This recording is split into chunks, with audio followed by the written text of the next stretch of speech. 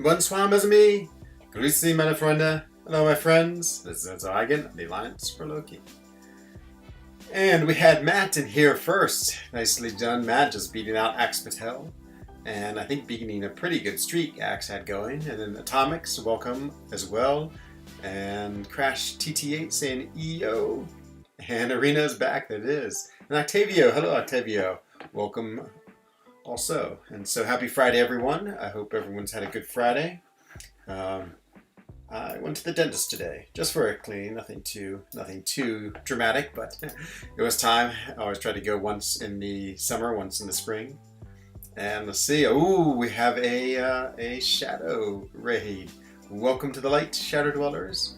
Was in Lord Shadow stream? Oh, nice. And, oh, it's always good to have Lord Shadow's people in here. And he had a good stream. Yeah, it's great. But he's really happy to have Arena back because I know he's a big time grinder, huge time grinder. So yeah. Hello, Flappy. Good to see you. And Osman Ghost, stand up paddleboard to you too. And Sergeant Lynx, welcome as well. And I hope everyone's doing well. So just on my first time out against this Vision, it's the parry curse, but this Vision's great because he's stun immune. So I will be doing 0 parrying against him. I did get hit trying to get the evade charge. Let's see. Hello, No P Papa Arano. Aranio? Welcome, my friend. If I recover your points and proficiencies, will my Mystic Dispersion rank go from 3 back to 0? Yes. When you cover proficiencies, you lose everything in there, including Mystic Dispersion. The thing about Mystic Dispersion, too, you have to build up anyway to have 11 points in the tree before you can add Mystic Dispersion. And so, yeah, I don't think it'd make much sense if they let you take out all the other points and keep Mystic Dispersion. So it will go... Oh no, your net's been slow as well. That's always a curse with this game. But at least the game seems like it's been running well today. Very annoying, yeah, of course. Okay, so now we did 0 damage. Let's see if we can actually do some damage and win this fight. So yesterday was such a disaster. Oh, I got the parry curse. I didn't think... Did I accidentally parry once? Oh no, 0%, I was about to say. I think that's good. So it's a little weird, the parry curse, but let's see if we can do this fight now and not have such a disaster like we had the other day. Oh, God, you got my foot. Jeez, see, that means I have to stop. Oh, this is exactly what happened the other day. Yeah, I might have to stop playing this on stream. I think it's just too difficult to get this done on stream.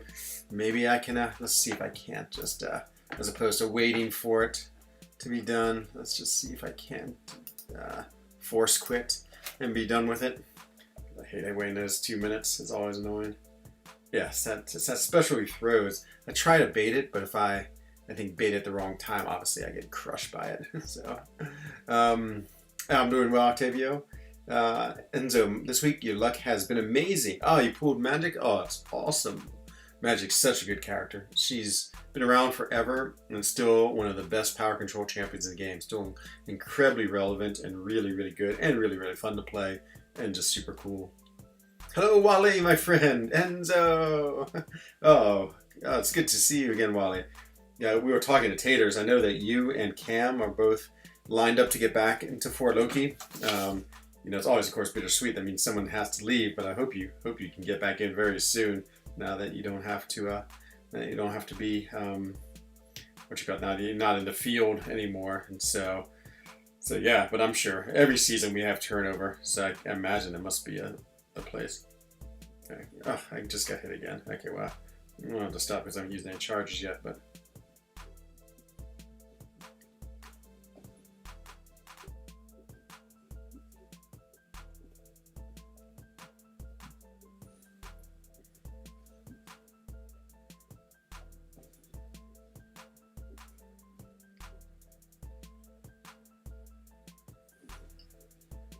Oh, I just died. Oh, I just totally died because I didn't watch my charges. Jeez. I don't know why I died, to be honest. That was no good. Just a repeat of yesterday. Hello, PWF, my friend. And Raul, welcome too. Oh, PWF, amazing pools. So of course I'm going to spoil it here and scream. So I was looking at the alliance feed. Well, someone posted in chat that someone pulled Doom, and when I looked, there was a Doom and a Hela together, both 6 stars from the Sasquatch creatures as PWF. So welcome to Team Doom. So it's so awesome you got him. He's such an amazing character. I'm gonna try to explore Act 4 for the generic 4-star. Yeah, the generics are amazing. Obviously, they help so much. And happy Friday to you too, John Law. I feel like Ghost would be great for this fight. Yes, Ghost is a hard fight for me though in this, and just because you can't make any mistakes. So I feel like I've been playing terribly lately. Let's see if we can't play better.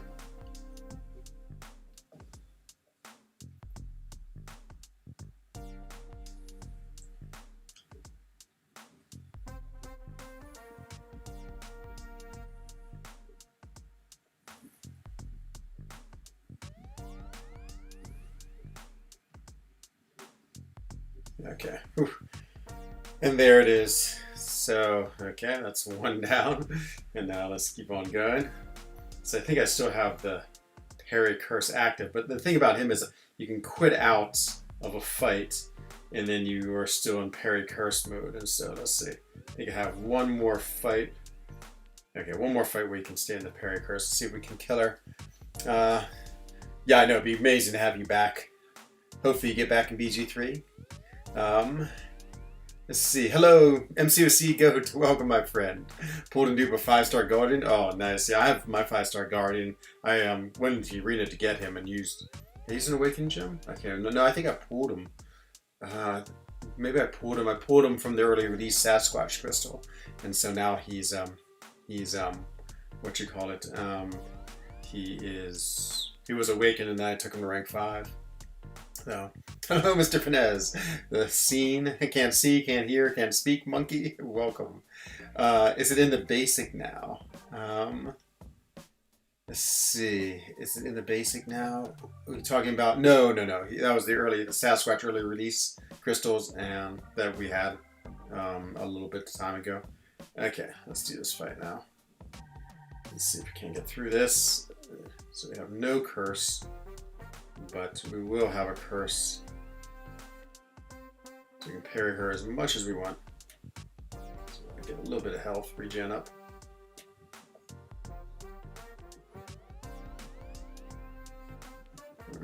Here, I take a hit like that. I just gotta bait out her. There it is. Okay, should be good about throwing it.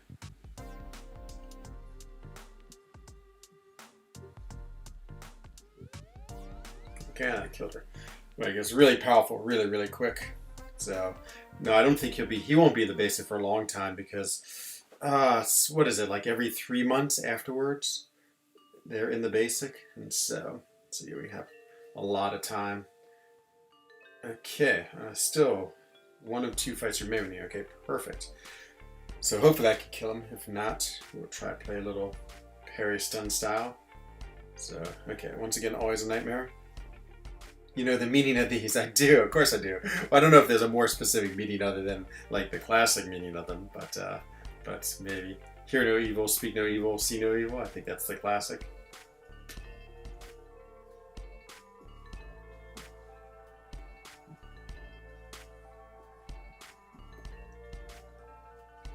Oh, it does so much damage. Oh, it's that SP1. I guess that's the problem when you're low on health. This SP1 is just crushing me.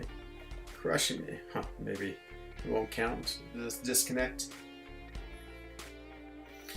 Yeah, that's what happened to me yesterday. It's like I couldn't get by him because the SP1 was just doing so much damage. Okay, so now I'm basically going to go in and immediately quit out just so I can get the curse off of me. So I'm going to dance around, try to get as much health as possible. And then let's see how far we can dance around. Okay, 7% means we have 3%, but we have to quit out. So, the new AQ modes are so dumb. Yeah, they're really challenging. yesterday was sort of a disaster for me. I nearly like itemed out after my first two fights. It was just like this, but then it's okay as long as I can get through these fights. It's just the previous stuff is really tricky because it adds a lot of time to these fights. Corvus is not great. Someone said you shouldn't use Corvus, and they're probably right. Like Hyperion does a really good job against these fights. This one with Parry Curse, I feel a little better with Corvus, but yeah, they're not so easy at all. It's just powerful enemies and complicated nodes. I thought they were going to get rid of these nodes too, like the Prove Yourself combined with Mesmerize. It's not so bad because I have Proxima, and that sort of eliminates the Mesmerize part of this. But then the rest of it is pretty challenging, just because of the like yesterday's node was really hard. What was yesterday's? It was the one where you put on all those degens for critting, or all those different debuffs for critting, and so yeah, it's just with Corvus who crits every time. Nightmare. but I think I can sort of play around it. I'm worried about that Mephisto fight. That Mephisto fight's going to be difficult. Brought in Void today. I think Void will have a good, hopefully good showing against him. The problem with Human Torch is, you know, I'll just run out of parries so quick. So I can't decide if I'm going to go with Void and then just quit right away and he'd be at 50% and then try to beat him. I might have to rearrange my masteries just for this. But just because I don't know if I want to keep suicides on because he loses about 20%. So it might be a big time mastery switch just to get it going, which is pretty crazy. But yeah, I just want to get through it without totally dying or anything out. Oh, my cat senses something. What do you sense, cat? We'll investigate. You'll investigate a strange creature in my house. Let's see. Houston area, we're getting a load waiting at the shipper. We got a tropical storm. You know, I think I saw that. Wow, it's always incredible how much you travel around from Las Vegas to Houston to Denver. I mean, obviously, when you drive all day, you get to go pretty far distances. But it's great to see you again, B. Daniels. Hope the road is treating you well. Hope the storm misses you. And you just sent me a picture. Let's see. You're the blue dot. Let's see. Oh, yikes. Okay, I don't know. That storm looks like it's coming pretty much right on target towards you. Wow, it's a pretty fierce looking storm. I can't imagine you don't drive during that. Hope not. Or if you do, be very, very, very careful. That is crazy. Let me show everyone this picture just so they can see it. It's pretty amazing. 1 second, let me just zip out of this and then get to that picture. So, boom, and let's see. There it is. So there's the picture. B. Daniels is in Houston, or we'd say in French, Houston, because we don't pronounce the H's. And wow, look at that storm. That is a fierce-looking monster heading your way. So, well, be safe, my friend. Have I been in a hurricane before in my life? I must have, I would think, but I can't remember, to be honest. I remember one time, so we used to always go to the beaches of North Carolina, a place called Outer Banks, and yeah, I remember one year there was a pretty good sized storm came that sort of flooded the islands, and so maybe, I don't think it was actually a named storm, but I think it's just a really big like thunderstorm. You have a storm coming too in Hawaii? I guess it is the storm season. You know, with everything else going on in the world, you sort of forget that the world is still the same thing. And so, you know, there's still storms going on and heat waves and all those things as well. And along with the usual problem with the pandemic. So, drinking coffee and waking up, that's right, you're back on the time zone. Yeah, it's early, so it is 21:43 here, so is it 10:43? I can't remember. You weren't quite 12 hours. You're pretty close. So, happy Friday to you and Loth the First. Good to see you as well. Yep, just trying to fight this evil cable. It always gives us problems. The problem is his SB1 kills me. I can't block it. It just does too much damage and kills me. So I just have to make sure he doesn't get his SB1. I'm gonna dance around just a little, just to try to Skid. So if he throws his SP1, I just got quit out. Okay, just got pushed him to his SP2 because that is very available. I can actually do some damage. Okay. I didn't mean I wanted to get one more hit in. Oh, that was a crazy intercept. Kill him, if not we have to quit. 8%. It's more worth timing out than trying to... Is it? I got 2 hits left, but if I get hit by a block, I'll die probably. Yeah, unfortunately, I'm going to have to wait it out. Just do it again. But, yeah, it's... Painful alliance quest. That's what it is, but it's alright. I took down the Doom boss today. It took me like 6 timeouts. He had lost about 20%. I just got home today. I was down in the valley from my mountaintop sanctuary, and as I said, went to the dentist and then had to do some shopping, and then just was hanging out down there. Took a little run by the Lake Geneva, and then came back up here. It's nice and cool up here, and probably fell asleep. I've been going to bed too late and waking up too early. And so, yeah, it's always 8%. It's like no matter what Agent X, it never quite kills them. Oh, I'm going to take a nap. Nice. Yeah. Good luck with that. Have an enjoyable nap, and then good luck driving. Please be safe. Please don't get slaughtered today. Dreamin', I saved us from the Doom boss. No one else could take him. And so I had to come in and save BG3. Saw Bryn go in. You couldn't defeat him, and so it's up to me to rescue us. I've already used 2 revives, I think. Yeah, these first 4 fights, they're just difficult. And then after that, it's like easy street. But yeah, I looked at the end. I mean, there definitely was a lot of item uses going on in general. Got Division with 78% on your Corvus today. Pretty good start. Oh, nice. Yeah, I'm Patriot. I don't know. I don't know if it's just the nodes or just I haven't been playing these first couple of fights particularly well, but I feel like most of the time I can get through these first couple of fights all right. The nodes do add some complications. You put your Archangel at R5. Oh yeah, he's so amazing. I think you were asking me about him, Octavio, I think, a while ago. That's awesome. He is so much fun. So much fun.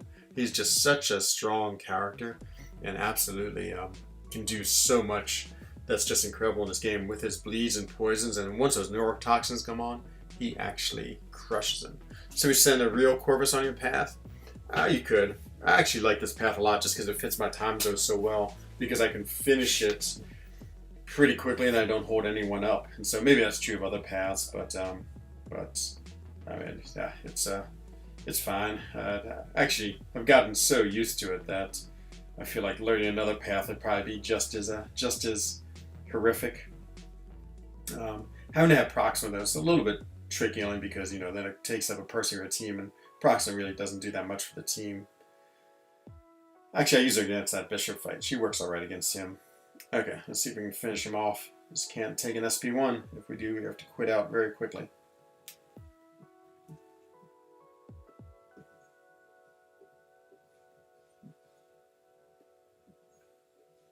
Okay, there's the 15. Oh, nothing you can do. He would kill me, so that's the problem when he throws that SP1. It does so many hits, and it's undexable now. I just can't figure out how to dex it, so we'll just do this forever until he doesn't throw it. So, means more time to hang out and chat. On Parry Curse, I took a different path so we can send an R3 Night Thrasher. Interesting. Oh, an R3 or rank 3. Wow, my Night Thrasher is rank 5, and I thought about taking him. I just feel like all the block damage is going to be too much. I feel like he will not be able to survive the block damage because.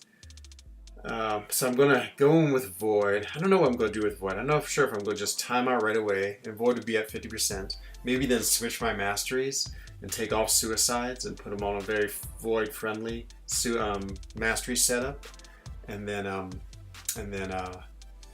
just try to fight him, and then Void isn't too bad. And then I'll have 2 fights without the Parry Curse on it, and so that might be my strategy. Oh my god, the new energy Wally has been amazing, amazing. I know we fly through it. I mean, we finished, I think, yesterday with like 12 hours left to spare. It's crazy. It's crazy how quickly we can go through it. Um, it's really nice. Yeah, it's just, yeah, it's nice being able to get it done quickly, not have to worry about it. But hello, co-op. I see the eyes. And so again for the Alliance Big Mushroom. Yes, indeed. I feel like I'm in that Mario game. You forgot tip, Big Mushroom tip. Oh, that sounds like it's gone from happy to X-rated quickly. Hello, Marcus, or Marco, sorry. What is up? Just doing a little Alliance quest, just enjoying Friday, and that's it. You can bring your AA to war now. Oh, it's great. I was using my AA a lot in war this season. He is absolutely crushing through some nodes. We have 2 people with R3 6-star Knight Thresh. Wow. Wow, he's a really good block proficiency. I did not know that. Huh, very, and it's, what's this, plus 40% with skill? Now I'm wishing I had brought him in, because I guess then you're just like, yeah, baiting out the heaviest. But then you can only do the 2 hits. 2 hits just seems like a long, annoying fight, because again, you have to prove yourself, so you have to take a lot of blocks, wait for him to throw his heavy. I guess you can counterattack his specials too, with his double heavy and his specials. Yeah, maybe you're right. I used him once. It was okay. I'm not great at Night Thrasher, I think, because you think you have to do his SP1 and then spam heavies, I think. But happy to X-ray it quickly. Yeah, great, exactly. And who else do I have here? GSS Cruise 1. Hello to you. I'm doing well. At my every 6 months I go to the dentist, get my teeth cleaned. They said my teeth were looking good. It wasn't that painful. Actually, it's very unpainful, which has made me very happy. Every now and then I go to the dentist, and oh, it's like a scraping plaque, like with the big time scraper. I feel like it's just gonna like rip the teeth out of my mouth. But yep, definitely brush and floss every day. I should need to floss twice a day. I think I need to floss like after lunch or maybe even after breakfast. But you know, it wasn't until I was like 35 I actually started like flossing every day. It took me forever to become a good flosser. But now I absolutely have it. Okay, let's see if we can get in part 7 of this fight. Let's see if we can get him to not throw a special. We just need to hit him a little bit. And then... oh man, I missed that. Oh, it's okay. It didn't cost me any.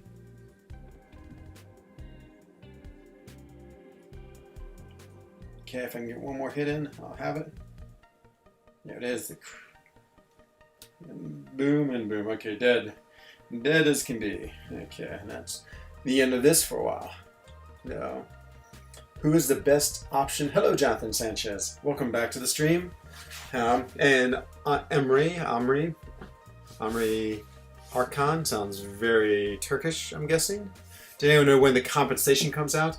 They're usually pretty, I don't want to say slow, but deliberate on the compensation. So I would guess, and I don't know anything for sure, Emery, but I would guess that they will come out, I bet not next week, but the week after. I feel like they usually take that long. I think they like to really think about things. So, let's see. Who is the best option? Awaken, Tiger, or Blade? Blade, 1000% more than Tigra. Tigra's Awaken ability is very fair. In fact, I would almost say she doesn't need her Awaken ability. It just gives her, I can't remember, like the double mode more quickly. Let's go look at Tigra's real quick, but it's really not useful at all. And so, yeah, it's very, very unnecessary. And I'm not sure if it's particularly useful. I might even say it's not useful at all. So let's take a look and see. So her Awaken ability, the Warrior Spirit, I just got it because I grinded for her in Arena. I pulled her from an early release crystal and then grinded for her in the Arena. So yeah, she starts with both these things for 3.28 seconds. That's absolutely useless, I would say. Maybe someone would correct me. I'm not exactly a huge Tiger player, but it's absolutely not needed at all. They said they have comp info late next week. Yep. Okay, there it goes. That corresponds to actually what I would have guessed. Let's see. Yag Hot Obat. Oh man, I do not know this language. If I had to guess, I would say looks very Norwegian or Danish or Swedish or Finnish maybe. Finnish. If it was Finnish, it's a lot like Hungarian. But I noticed in top 78, yeah, I've got a pretty high power rating. It is true. Just because I have so many champions. I started thinking about, oh, there I am at 78. So usually I'm like fighting with like KT1 and Max. I think Max is pretty far ahead of me. But KT1 and I usually flop around a lot. About the same. Oh no, I'm ahead of Max. Hooray! Hooray! So Max and I are usually about the same. Oh, there's the evil Clem. Evil. So this is more important than the global, of course, is the region. So region CH, Confederation Helvetica, that means Switzerland. And he's the other Swiss player. And it's almost always ahead of me. Every now and then I sneak ahead of him for a while, but he generally has been ahead of me. And he's an Omni too. And so yeah, he's the most evil of all players. Swedish, okay, that was close, Loth. I could sort of recognized it. What do you think compensation would be? Yeah, that was asked a lot about that yesterday. And oh, Mark S, you've sent me something. Is this Marco? A friend. Trying to think. Oh no, this is Mages. Okay. My guess is, I bet it's going to be pretty nice. 10,000 5-star shards and 3,000 6-star shards. That's my guess for compensation. Like, will they give 1 6-star crystal? I think that's like the upper reach of what they would give. That's what a lot of people are thinking about it. Oh, nice, Mages. Oh, that's awesome. Oh man, showing me some beautiful pictures from so he's over in Thun, which is over in the Interlaken area. Oh, it's absolutely beautiful there. I love it. Love it. And yeah. Switzerland, you almost always get like a perfect picture just by taking your camera out and pointing it in front of you and taking that picture. I mean, it's such a magical country as far as landscape goes. Who to rank 4? Hello, my Miles Wallace. Guillotine or Domino? I would say Guillotine. I feel like she is more useful. Just had game down. Okay, nope, someone put in that. I think she's more useful right now in the game. I think she can be ramped up to do big damage if you get her above 100 hits, or if you finish her on special 3, then she's already ramped up. I think she is, she has good utility, has power drain, she's a robot, has regen. Domino is a big time damage dealer. I mean, she deals damage right off the box.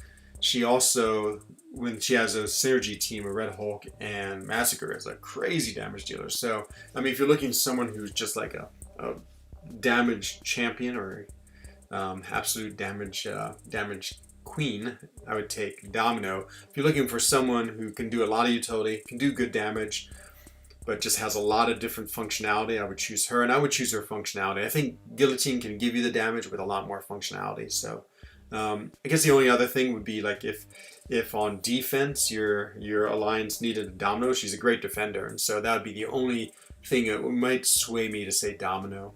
But yeah. Hello, Soul MCOC. I'm doing well. Happy Friday to you. I'm Patriot. Agrees. Agent X has the usual great questions. Exactly. You need to, like, if she has suicides on, definitely better for Guillotine. Prestige. Yeah. KORT2, my younger twin brother, Van Falcon. Evil Clem, exactly. He's so evil. I'd like to actually meet him. I would love for him to pop into my chat one day, just because I'd like to talk with him and just, like, I assume he's Swiss just because he's in the Swiss region, but yeah, it may not be true. Let's see, neither Awaken Prestige, doesn't matter, and no suicides. Okay, so neither of them need to be awakened, so that doesn't matter. Actually, I still prefer them both without suicide, so that doesn't matter too much. So I would definitely then, based on that, Miles, go with Guillotine if it was my choice. I always admire people speaking other languages, and you're fluent in French and English. Ah, that's awesome. You've been practicing. I was about to say, with a name like Loth, it does sound very Swedish. And so that's great. Yeah, no, I mean, I've definitely, I learned German when I was really young, and I'm actually in the process of learning French. I would say I'm fair. Like, I was at the dentist today and I was trying to talk French with the woman who was cleaning my teeth. It was going all right, but I must say my knowledge of French tooth terminology is pretty poor. So I know a tooth is dent. I learned the word for cavity today, but I quickly forget it. And then, yeah. I predict 2,000 6-star shards and 8,000. Yeah, it's very, very similar to my prediction. Cruz, I think you're right. I think that's about what it will be. Your thoughts on Guardian? I think he's awesome. I think he gives you a few things that are really cool. I think he gives you really high, like just defensive ability. I mean defensive ability not so much as defender and AQ, but like he has a high block proficiency and he has good energy resistance, good resistance to bleed. You know, he has some interesting utility. Can do some power drain. Can do sort of extra big damage with his SP2 and SP3. He doesn't crit at all, which is actually really interesting in the game right now, having champions that doesn't crit. And yeah, I think him, Crossbows, and Guillotine all have that ability. Like, they don't crit, and like in war, that can be really useful if you're facing a lot of flow attackers. And he also gives block proficiency to all of his teammates too, plus 1,000, which is pretty amazing. So yeah, I think overall, I think he's a very solid champion. I guess I have my tier list. I should put the new champions in the tier list as they come along. Let's see. Who should your first R5 be? Duke Domino with Rolk and Massacre or Unduke Nick? Ooh, well, if you have Rolk and Massacre, I would probably go Domino. I think she's going to help you more than undo Nick. Like, Nick, that dupe is so nice. It is so nice. It really helps him out a lot. Let me just start running some of this. I'm going to jump into, just burn some of my energy. And then let me jump into Arena and get that done. Oh, no more Heroic. Am I there? I think I have one more, a couple more left on this. And so, yeah, going with a very fantastic team right there. So I think I'd use Domino. I think she's going to get you through more content of the game than an Undo Nick, especially with that synergy.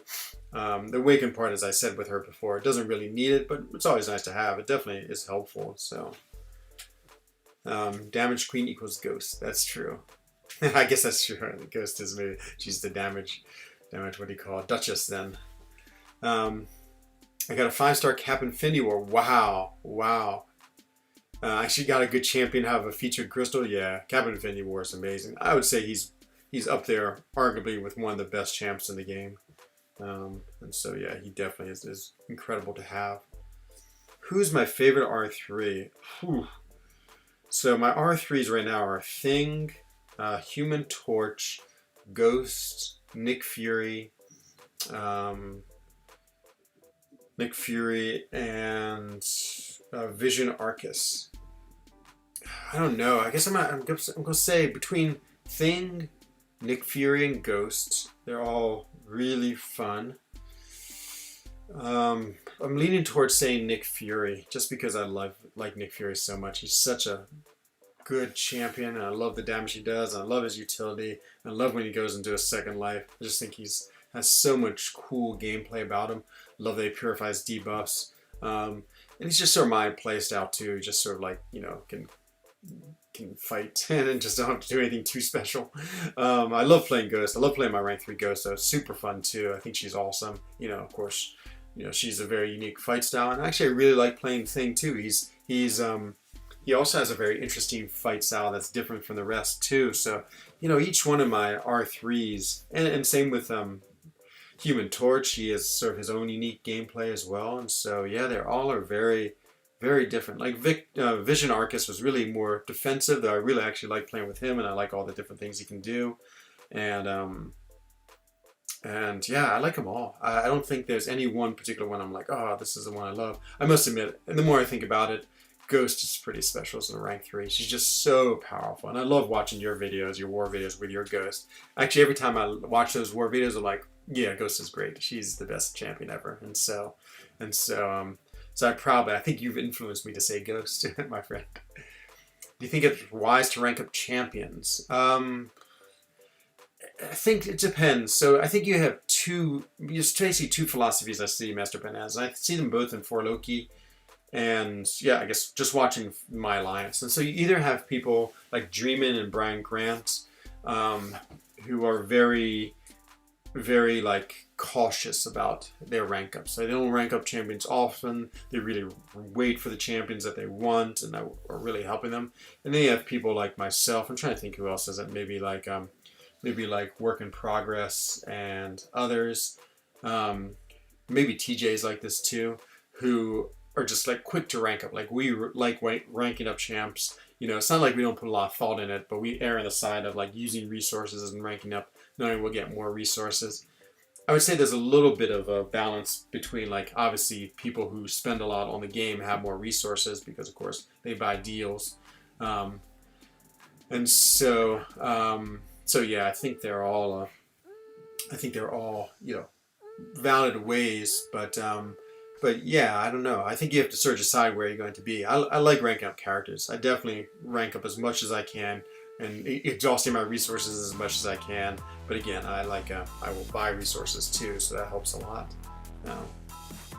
Enzo! Hello, I play COD. Welcome, my friend. Good to see you again. The champion? If so, never rank him. Oh, I thought you were talking about champions in general. Yes, I sort of agree with Agent X. I don't think he's a very good character.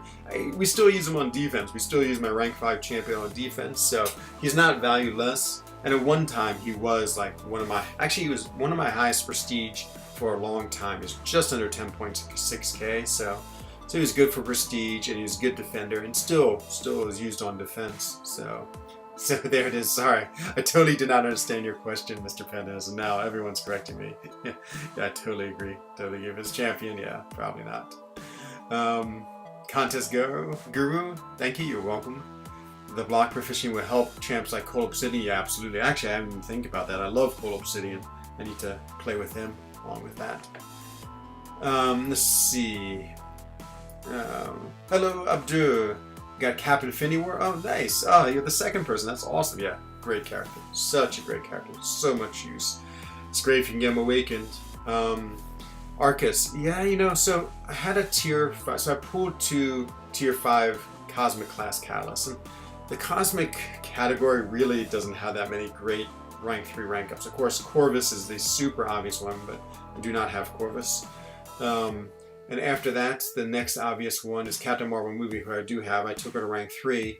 And then after those two, I would say there's not really an obvious choice about who to rank up. I mean, Dreamin' in here ranked up his King Groot, loves his rank 3 King Groot. Silver Surfer, I have him, but he's not awakened. He would be definitely one I'd rank up just because he of course, has such amazing prestige. I mean, I don't generally like ranking up just for prestige, but for the absolute top prestige in the character, in a class where there's not that many good rank ups, I would do it. But I didn't have him awaken. And then I had Vision, Arcus, who had awakened twice. He's a monster in defense. And I definitely wanted to have some strong rank 3 defenders on my as my champions. I'm always thinking about defense too as part of my rank up decisions. And so, yeah. And I actually think he's a lot of fun to play. So he's cool because I think he has a lot of cool utility. His power gain's awesome. He's like I always call him a 3rd Hyperion, 3rd Iceman, and 3rd Medusa. And so, yeah, I think I actually enjoy playing him a lot. Favorite champion in the game? Asks Cruz. Goes out to chat. I would say my favorite champion is Corvus, Emma Frost, Void. I'm trying to think. Void, Captain America Infinity War, and I'm trying to think who else would be in that. Probably Doom. I'm trying to think about more interesting characters than the usual ones. I mean, you know, of course I love playing like Doom and Captain and Ghost, and I wouldn't put Quake up there just because I like her, but I'm not very good with her. I don't say I really. I like playing with her and I have a lot of fun because I feel she's challenging, but I can't say she's one of my favorite just because I struggle so much with her style. But Omega Red, yeah, definitely like Omega Red. But I would say the interesting ones I like are Emma, Void, Captain America Infinity War. Probably Emma's my most famous one. No. And of course, yeah, Mega, yep, Quake. I knew Agent X would say Quake. What do you think about his damage and overall stats? Are you asking Abdur? That's a good question. Hello, mages. I saw your pictures. Oh, they look awesome, my friend. Awesome. That rainbow is great. I actually was talking to Chad about your pictures because you sent them. I just assumed you're in there. But yeah, oh man, looks beautiful. Today was a very stormy day over here in the Val Chablais. I mean, it was just like raining and then nice and then raining and then nice. Surprised that you streamed today? I try to stream every day. So I took a bike ride yesterday, so I'm taking the day off. Had a dentist appointment today, so I'm going to take another bike ride tomorrow. It's not moving, just connection errors. The game is not running great right now. But, oh man, Toon looks so awesome. As I was saying in chat, all you have to do in Switzerland is point your camera at something and in Switzerland and you get a great picture. But yeah, I love that area. Love Toon and of course the Interlaken and the lakes. I did a triathlon there a while ago. It started in Spiez, which is really close to Toon, and so we swam in the it's at the Thunersee right there, and then did a bike along the shore, and then basically ran through the town of Spiez. Super fun, beautiful, just amazing water to swim in. There's so many cool swimming spots on those lakes. It's like the lake is just one continuous swimming area. And then on top of that, you can I love the bike path between, I guess it really starts a little outside Spiez and goes all the way to Interlaken. It's just absolutely beautiful. It's really, really nice. Ghost, yeah, I figured you agree with Ghost Co-op. Quake is better than Ghost. She is, if you can play her well, then she is. Yours is Doom, but yeah, I love Doom. I definitely love Doom too. I just always try to think of some more interesting champs, because you could always say like Doom, Quake, Corvus, Omega. I actually love Emma Frost. I think she's a super cool champion. I love, like, actually, my style of playing is to block a lot, block and parry a lot.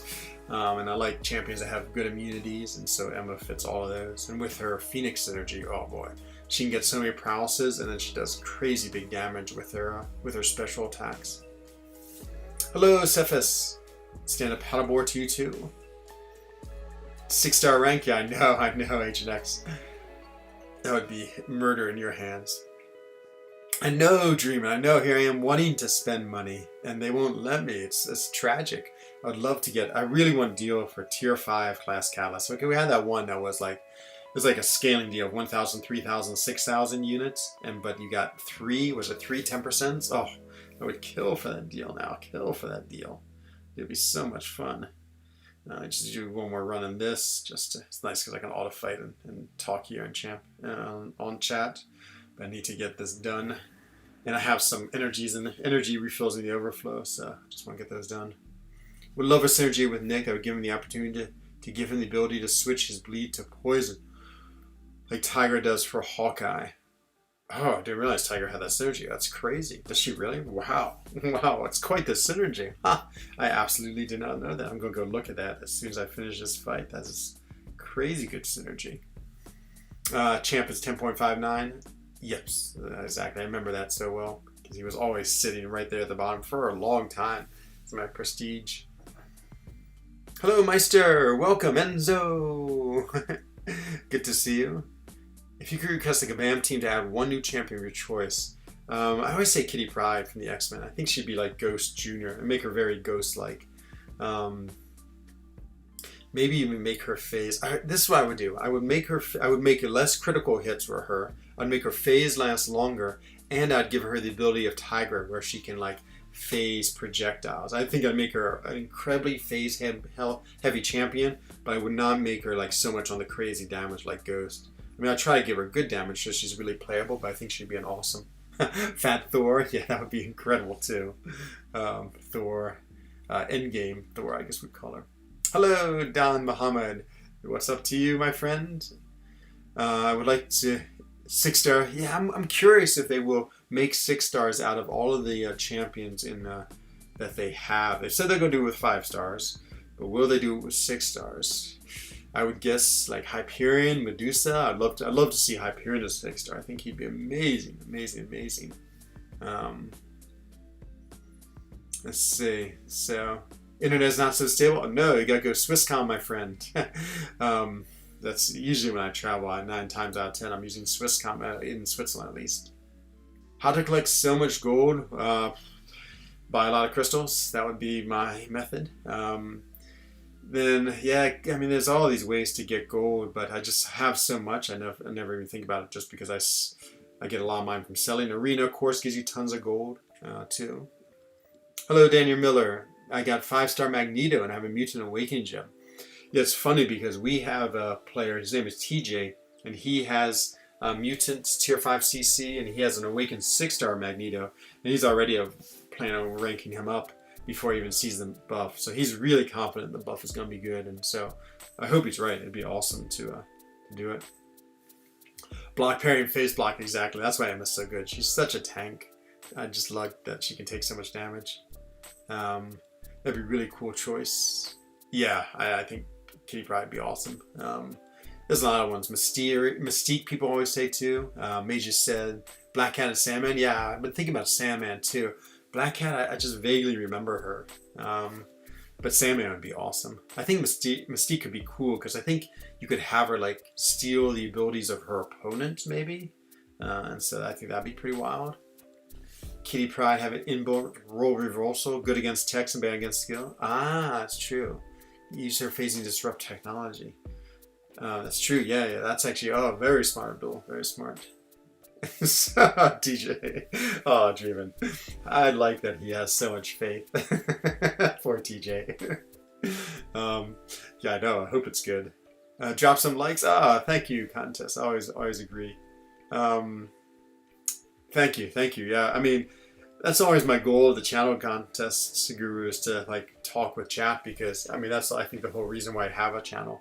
You know, I feel like I'm sort of almost at the point where I'm struggling a little to keep up with chat, which is it's like torturous, because I love chat, of course, and I want to be able to interact with people. But yeah, if it gets too much bigger, and then I'll be like start getting not anywhere near Brian's state, but just the state where you can only read like one of every 10 chats. It's just hard because I want to play like this is great because I can just auto fight here and talk with chat, but every now and then I want to play like harder content or do AQ. I like doing AQ just to have people see the suffering I go through in AQ. I think it's fun. Fun for you, hopefully. Maybe not always fun for me. I was getting frustrated yesterday. But yeah, it's I don't know. I just want to make my channel fun for people and enjoyable to watch. So okay, let's see how we're doing on energy. If we're near enough to use some, we will. You want to see something horrific, everyone? Look at my overflow. And so this is the scariest overflow you've ever seen. Look at all those energy ones. I got an hour. I guess I gotta keep on going. An hour and 42 minutes. All those nice revives are about to die. That was nice. It's crazy. It's just because when you buy those deals, you get a lot of those revives too. Like I bought the because I won the 6-star shards and the 30%, so I bought the uncollected deal, and so I got those where all those revives come from. A lot of some of the those bundles, those crystal bundles come with the plus 60%, but oh, it's so sad. I mean, they're just all gonna go away. I mean, I don't think I have much choice, but yeah, let's keep on using these energy ones. 1, 2, 3, 4, 5, 6, 7, 8. Oh, we got 8 left. That's crazy. You've said Sandman? Yeah. A lot of people have said Sandman, and I totally agree. I think he'd be an amazing character to have in the game. Let's see. Let me just check and see if Legacy's jumped into Alliance Quest real quick. If he has, we will go there. Yeah, I know. Isn't that crazy? It's so sad. They're all about to disappear. Nope, no Legacy yet. I think he's still waking up. Legacy has the most amazing sleep schedule of anyone. He definitely has a sleep schedule of a teenager. I mean, he like wakes up at like 1900 and goes to bed at like 7 in the morning. So it's pretty amazing. Let's see. Yeah, let's keep on doing these. Keep on burning revives. Just 11 days. I mean, I have plenty of time to get it done, but I might as well get it done now. And why I have all these things. You're having fun AQ? Actually, I really enjoy AQ. Actually, I want to see the synergy, even though I know it's like way too powerful champions. So you said Tigra and allows him to switch. So we'll take out Doom and switch with Hawkeye. So Hawkeye's personal bleeds abilities inflict poison instead. Wow. Wow, it's very, very, very interesting. Almost makes me want to rank 2 my Hawkeye now. Just want to see this in action. I don't know if I actually will be able to, but let's see what happens if we use them.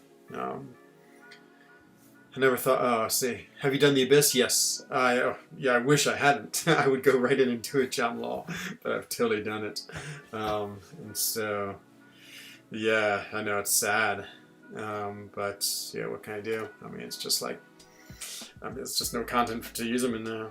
Okay, so he's just gonna kill them. I need to do something different. Actually, let me exit out. This is just way too easy a fight. Oh, disconnection problems. You know, I have some tea downstairs. I need to grab it real quick because it's getting cold. So don't anyone go away. I'll be back in about 1 minute.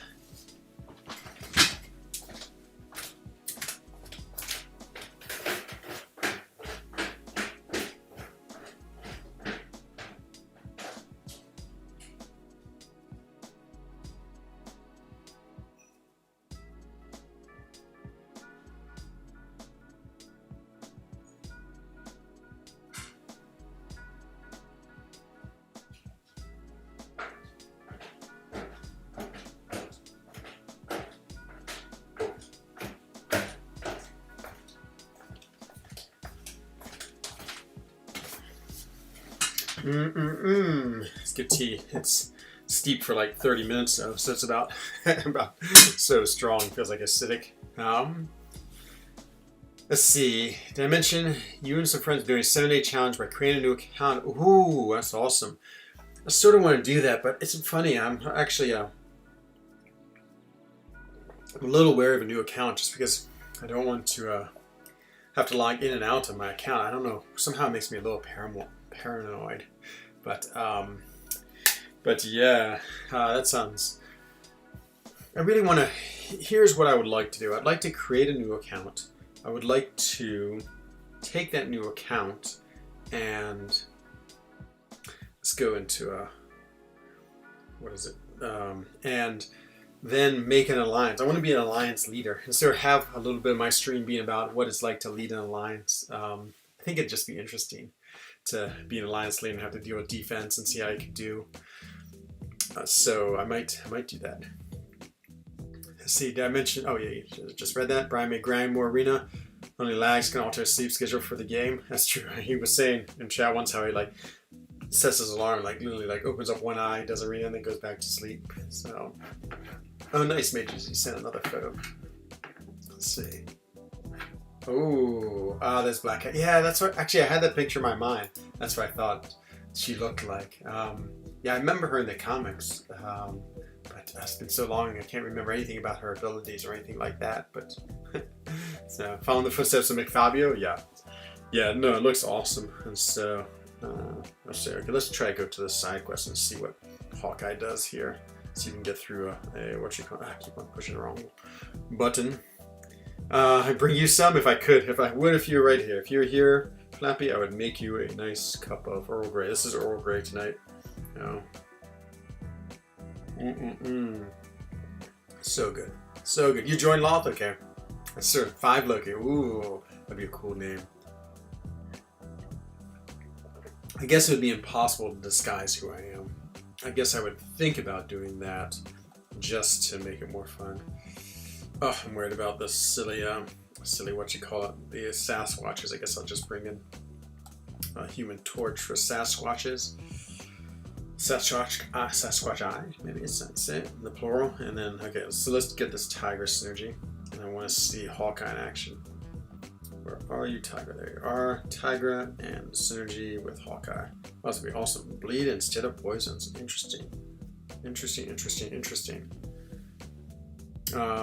Someone become Cavalier yet? No, it's only been 3 hours yet. Wow. End Zone. Oh, I like that. The End Zone Alliance. That'd be awesome. Yep.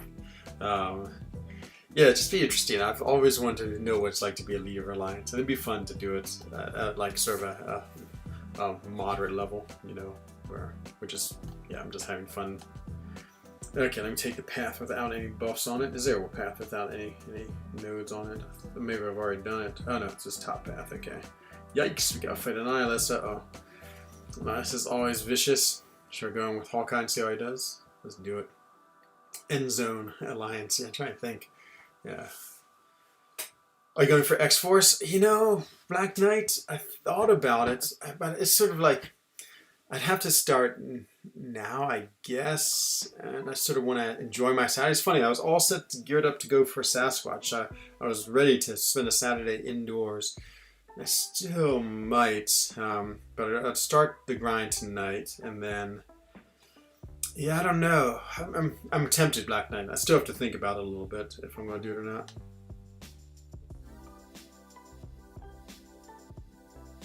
Oops, so much for that intercept. There it is. Well, it takes me a while to remember how. Oh, it's not taking any damage.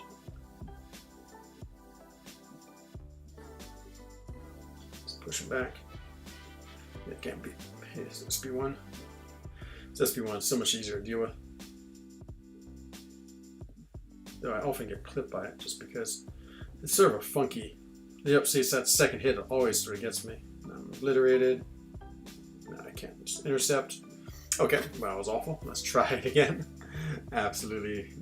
Actually, let's try it with Tiger real quick, just to see what did she get from that synergy. I can't remember. How are we doing? Hello, Zelda fan. I'm doing quite well, my friend. Just, as I've been telling everyone, I went to the dentist today. I mean, it wasn't fun, but my teeth were in great shape, so I was happy about that. I can't remember what her neutralize does. Okay, let's see if we can actually dodge his SP1. Oh, she. So I can actually then phase through his. Oh, I blocked it. I meant to heavy it. Ha! That was. And I'm gonna do this. I like that you can just throw her SP1 or SP2 whenever you want. Okay. Oh, I thought I dodged it. I keep on forgetting to do heavy.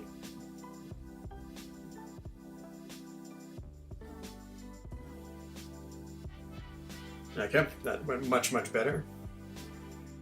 He's most likely going to... Yeah, I know Black Knight. I'm actually really tempted to go for it. Like, I think even if I start now, like if I put up like 50 million, I'm not sure that'd be more than enough. So, yeah, I'll probably go for him, to be honest. But I just sort of been thinking about it.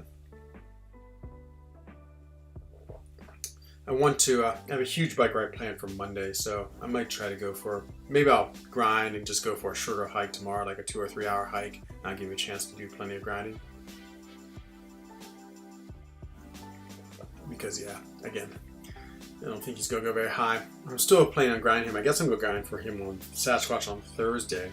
I may open up some crystals. I'm feeling the crystal temptation. There's a good thing about having the 1 bazillion potions is I can revive to my heart's content because they're all expiring anyway. So we would definitely revive Hawkeye and try him again. Knocked out, you say? No problem. I accidentally used one of my 40% ones the other day. It's the only one I don't have a lot of overflow. So, but that would be pretty fun to be able to get him as a 5-star. Just add to my 5-star list. I can't wait to see what his poison. I wonder if it's also the same for his hemorrhage, his special ability. Let's see. Okay, here comes power drain and poison. Look at those poisons. Are they doing lots of damage? Can't tell. 176 per click. There's one. And 975. Yeah. How come he's putting on 2 poisons? That's the only thing I can't figure out. It's like a double poison. Whew, does pretty good damage. Yeah, nothing wrong with that. Except all the recoil damage. So yeah, Sasquatch starts on Monday, I know. I'd almost rather do it on Monday. I guess it a little bit depends on the weather, but I think this bike ride I'm going to do will last long. My friend wants to ride 400 kilometers, which is about 250 miles in a day. I can't do that with him. That's just too much, but I will ride with him part of it. So maybe I'll do like 250 kilometers with him, which is like, what is that, it's probably like 150 miles or so. And yeah, no, if I meet him, he's going to ride like in the early mornings. I think he's going to start like around 2 or 3 in the morning. So I might meet him at 5 in the morning, but I'll ride all day and even until like 7 or 8 at night. And so, yep, it'll be hard to start the arena then. And so if I really want to do a proper arena, I have to start right at 7, just so I can do all my 6 stars and get them ready to be refreshed so I can run on the 7th time on the very last day. Okay. Let's see. That was pretty cool. Liked him. Liked Mr. Is it item use now? If it's item use, oh yeah, I definitely want to burn through a bunch of these. I don't even know if we still have these. Oh, it's villain use. No, I guess I was thinking I could get all these extra. Ooh, level up is on. What do you know? Huh, that's snuck in here. I have to do some leveling up.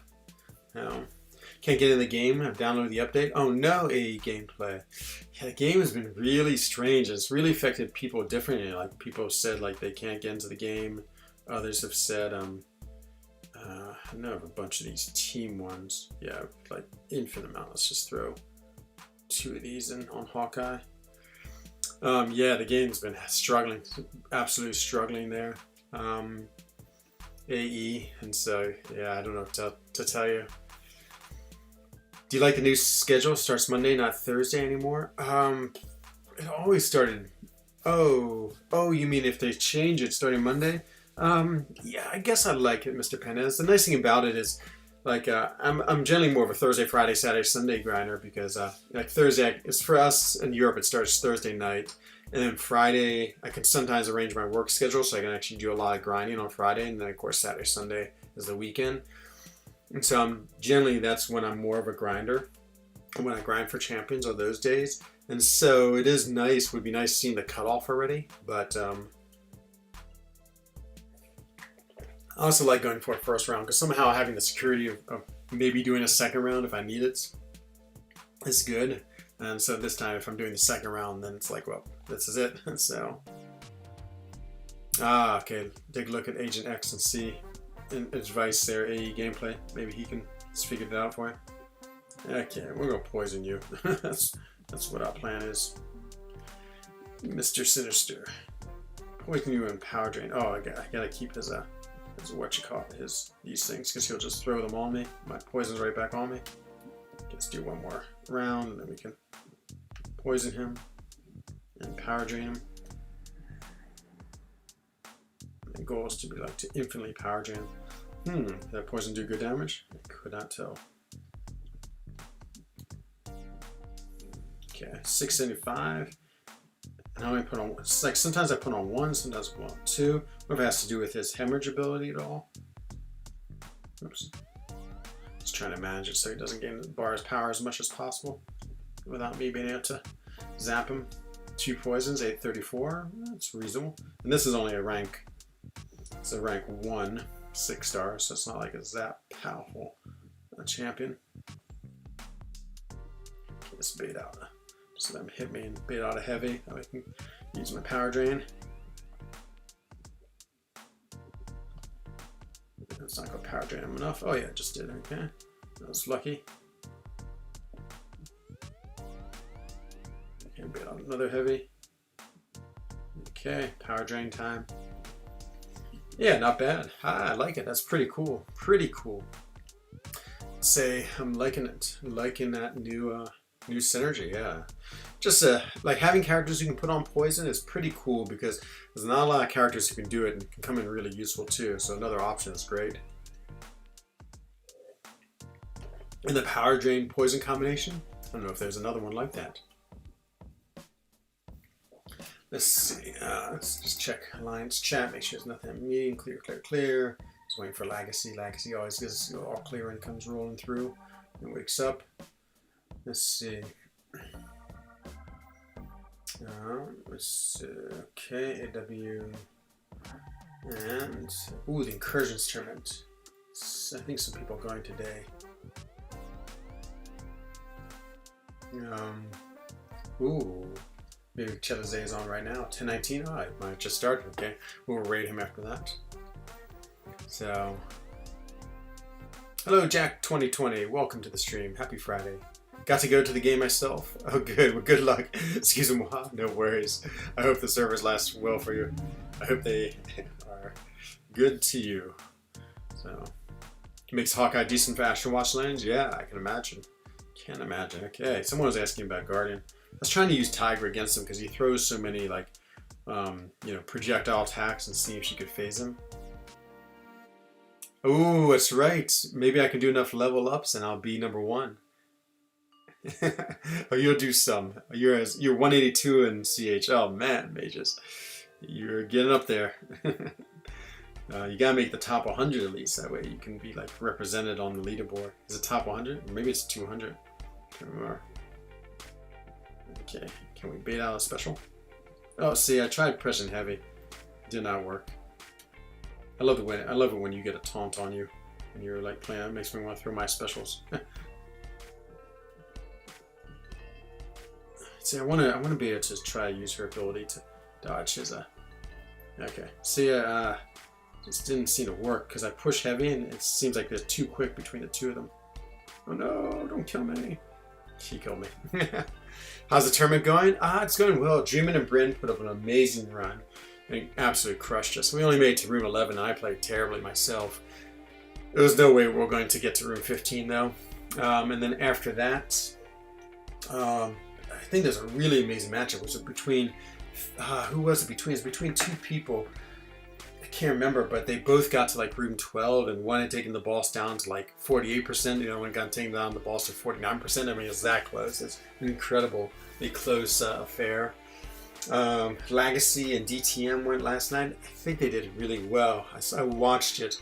They maybe get to room 13, I believe, and then they didn't couldn't get by that. So yeah, I mean, we'll see if Dreamin' and Bryn can keep their power going. I mean, they have really good teams, which is nice. They're both really good players, which of course helps a lot. And on top of that, then it comes down to having the luck of having good nodes on and easier bosses. Like yesterday, even if Legacy and DTM had made it to the boss, they had a brutal boss like Nick Fury with all sorts of just crazy nodes on it. But I would love to see them try it at least. DTM is a crazily good player. Not only is he a crazily good player, but he just knows the game so well. I don't know if you've seen the Summer Showdown, but DTM, he won that, which was amazing. I actually was there when he won it. It was so cool. But he just knows how to play this game. I would say he's one of the better players that I know of. Oh, that gave me so many smolders. I knew it would, just blocking those energy attacks. Smolder City, as we say. Look how long my temperature's lasting. It just lasts forever now. Love it. Does he do energy attacks? Oh yeah, he does. Boy, he's great for this guy. There's all this energy he gets. Let's flamboy him. Give a nice big long stun. Let's just go put a bunch of incinerates on him. And that's that. And that is that. Oh yeah, I mean, you should. The tournament has been so much fun. If you take a look at Dreamin' Stream, oh, it's such an amazing run. It's actually, many people have said this too, and I agree. It's one of the most incredible runs I've seen in Incursion. I would say it is the most incredible run I've seen. I know other people have gotten higher, I think, but I don't know if they've used timeouts or revised or things like that. This was just amazing. Yeah, I would say this new whatchamacallit is great. This new synergy with Tiger is pretty awesome, pretty fun. Let me just see what else some of the other nodes are. I actually really should go into Arena. Let's jump into Arena because I think we're going to have to make a decision whether we'll go for Deadpool X-Force, but let's pretend like we're going for him and see where it takes us. Let me just see real quick what. I don't think the Legacy's not in yet. No. He's usually good about putting in chat when he comes in. And yeah, let's just start the grind. See where we get to. I mean, again, like maybe I'll just get it by default where I just do enough grinding in the time I have, and I can put up like 37 million, and he'll go for 36 million, and that'll be amazing. I do have him as a 6-star. I have him as an awakened 6-star, but I always like having all the champions. More arena points. Oh, we gotta do some level ups too. Okay, let's do this first, and then we'll think about some level ups first after that. So I always just run the 4 stars just to get up to 3-time streak. Hello, Marlon. Who would you say is the second best path for Abyss of Legends? Whew. Okay, so the easy one is pretty well defined. I just did them in order, Marlon, and I don't know if this is true or not. I think it's only true because I'd gotten enough experience and knew how to play a lot of fights, but I actually found the 5th path for me was the easiest, second easiest one. Something about it, and again, I feel like a lot of it was because I just knew how to play Abyss. It sort of took me that long, but it was the one where I used the second less amount of units on. Actually, I almost think I used about the same amount of units I used on the first. So I used 2 Odins on the first path. I think I used 2 Odins on that path too. Agent X says 3. I can't remember. I feel like 2, 3, and 4 are all pretty brutal, to be honest. But again, I did them really quick because I was trying to get trying to finish in the top 300 to get the extra Awakening Gem, and so I think. Yeah, I think I remember fighting Symbiote Supreme for the 2nd time and Massacre for the 2nd time on Path 5. I just was like, oh, okay, now I know how to fight these. So, 1, 5, 3, 2, 4, okay. So, or 1, 3, 5, 2, 4, yeah. I always trust Agent X. He always knows what's going on. But yeah, I feel 5 for me was the second easiest path. Just did your initial path. Yeah, it's so much fun, Marlon. I know. I had a great time with the Abyss. It's such an endurance fest, you know. It's like the marathon of this game. I wouldn't be unhappy if they made this new boss rush or raid like the same difficulty. To be honest, I know that might drive people crazy. It took me 15,000 units for a full exploration, Mr. Panes. But I would love to if it was just like one, not a full path. So a full path is like 22 fights, but maybe if it was like 5 fights or even 3 fights of that difficulty of the Abyss. It'd be fun to have more content like that was more often and more frequent. It might frustrate people and people might be unhappy because it's too hard, but I think that would be, again, just think it'd be cool. I mean, that content is fun. It's a different style of playing to use champions differently, your strategies differently. There's a lot that makes it interesting that is different from other content already. So yeah, I think that would be my wish, but I have a feeling that won't happen. Speaking of Quake, she is not doing too well against Mr. Spidey. First time. Oh, I know. When you get Aegon up to 999, Marlon, he crushes it. Yeah, just crazy. Plus stash. Yeah, I don't know if my stash was huge at the time or not, Mr. Penez. It usually has a lot in it, but I can't remember. I don't think it was. I think I would guess it was like half or 2/3 full. But yeah, it took me a lot to get through it. A lot. But again, my goal was just to get through it quick. Just to try to get through it as quickly as possible. 20k is safer. Why do I feel like I'm actually under-reporting how many units it took me? I'm trying to think. Maybe it took me more. Hang on a second. Let me go through. Maybe it took me 30,000 units, to be honest. Now all of a sudden I think that 15 is way too little. Okay, it took me 2 in the first path. Then I think it took me, these are Odins, 2, then 3, 3, 3, so what was that, 9, 10, 11, and then 2 in the next. Yeah, so 9, 10, 11,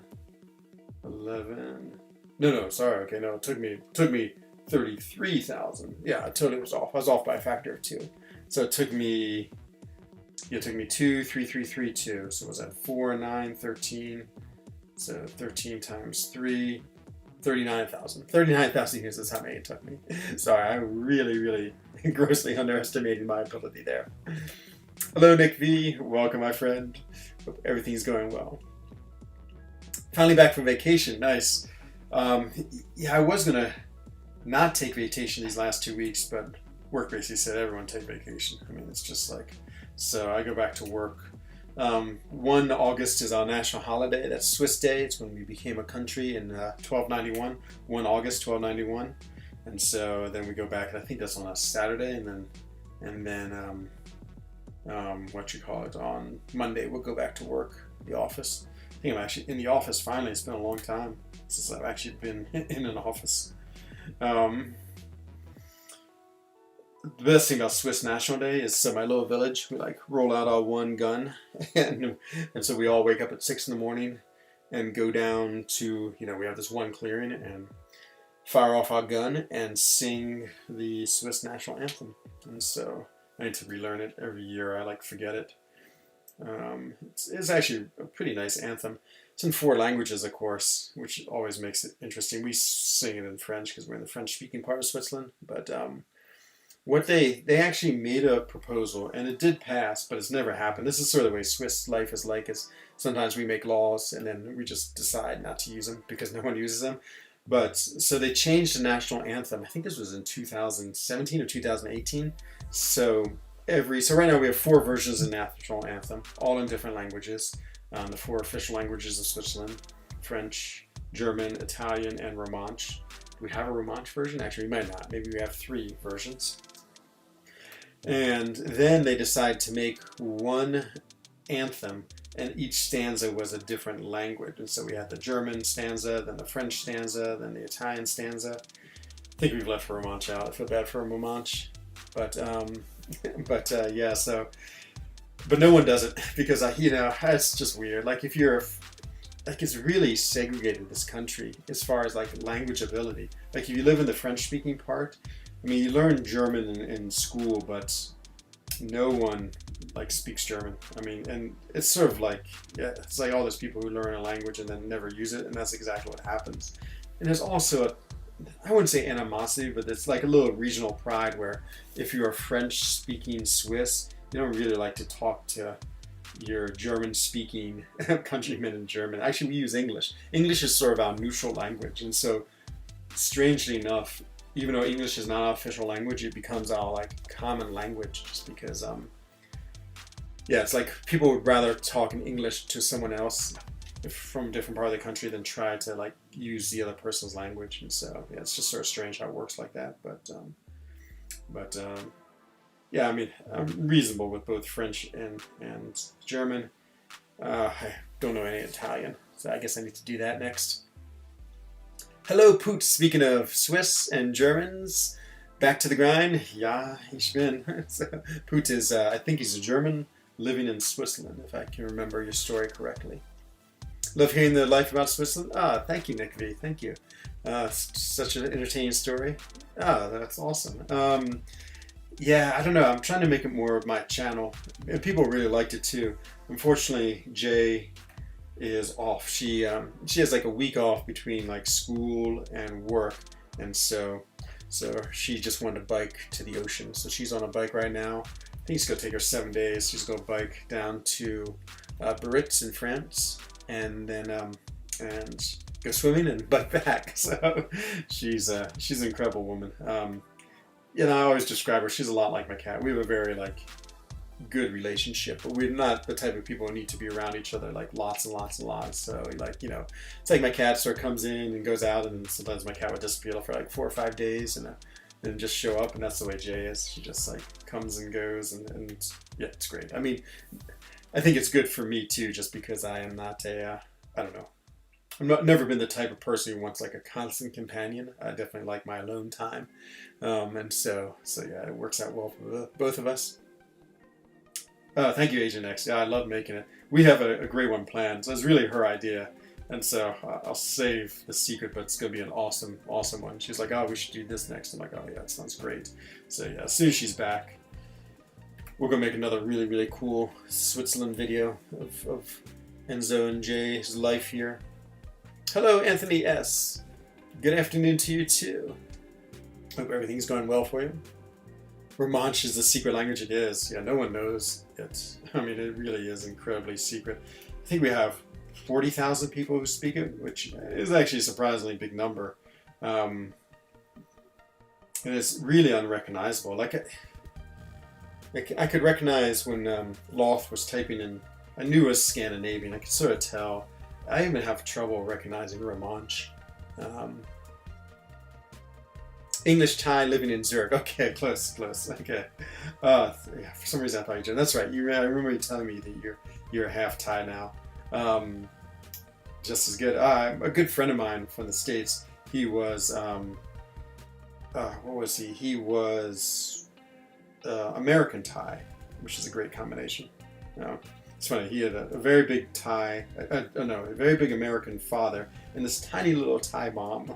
But he was a giant. I mean, he was like 2 meters tall, an amazing swimmer, and he was just such a good guy. You know? But it's a great place to live, Switzerland. Zurich.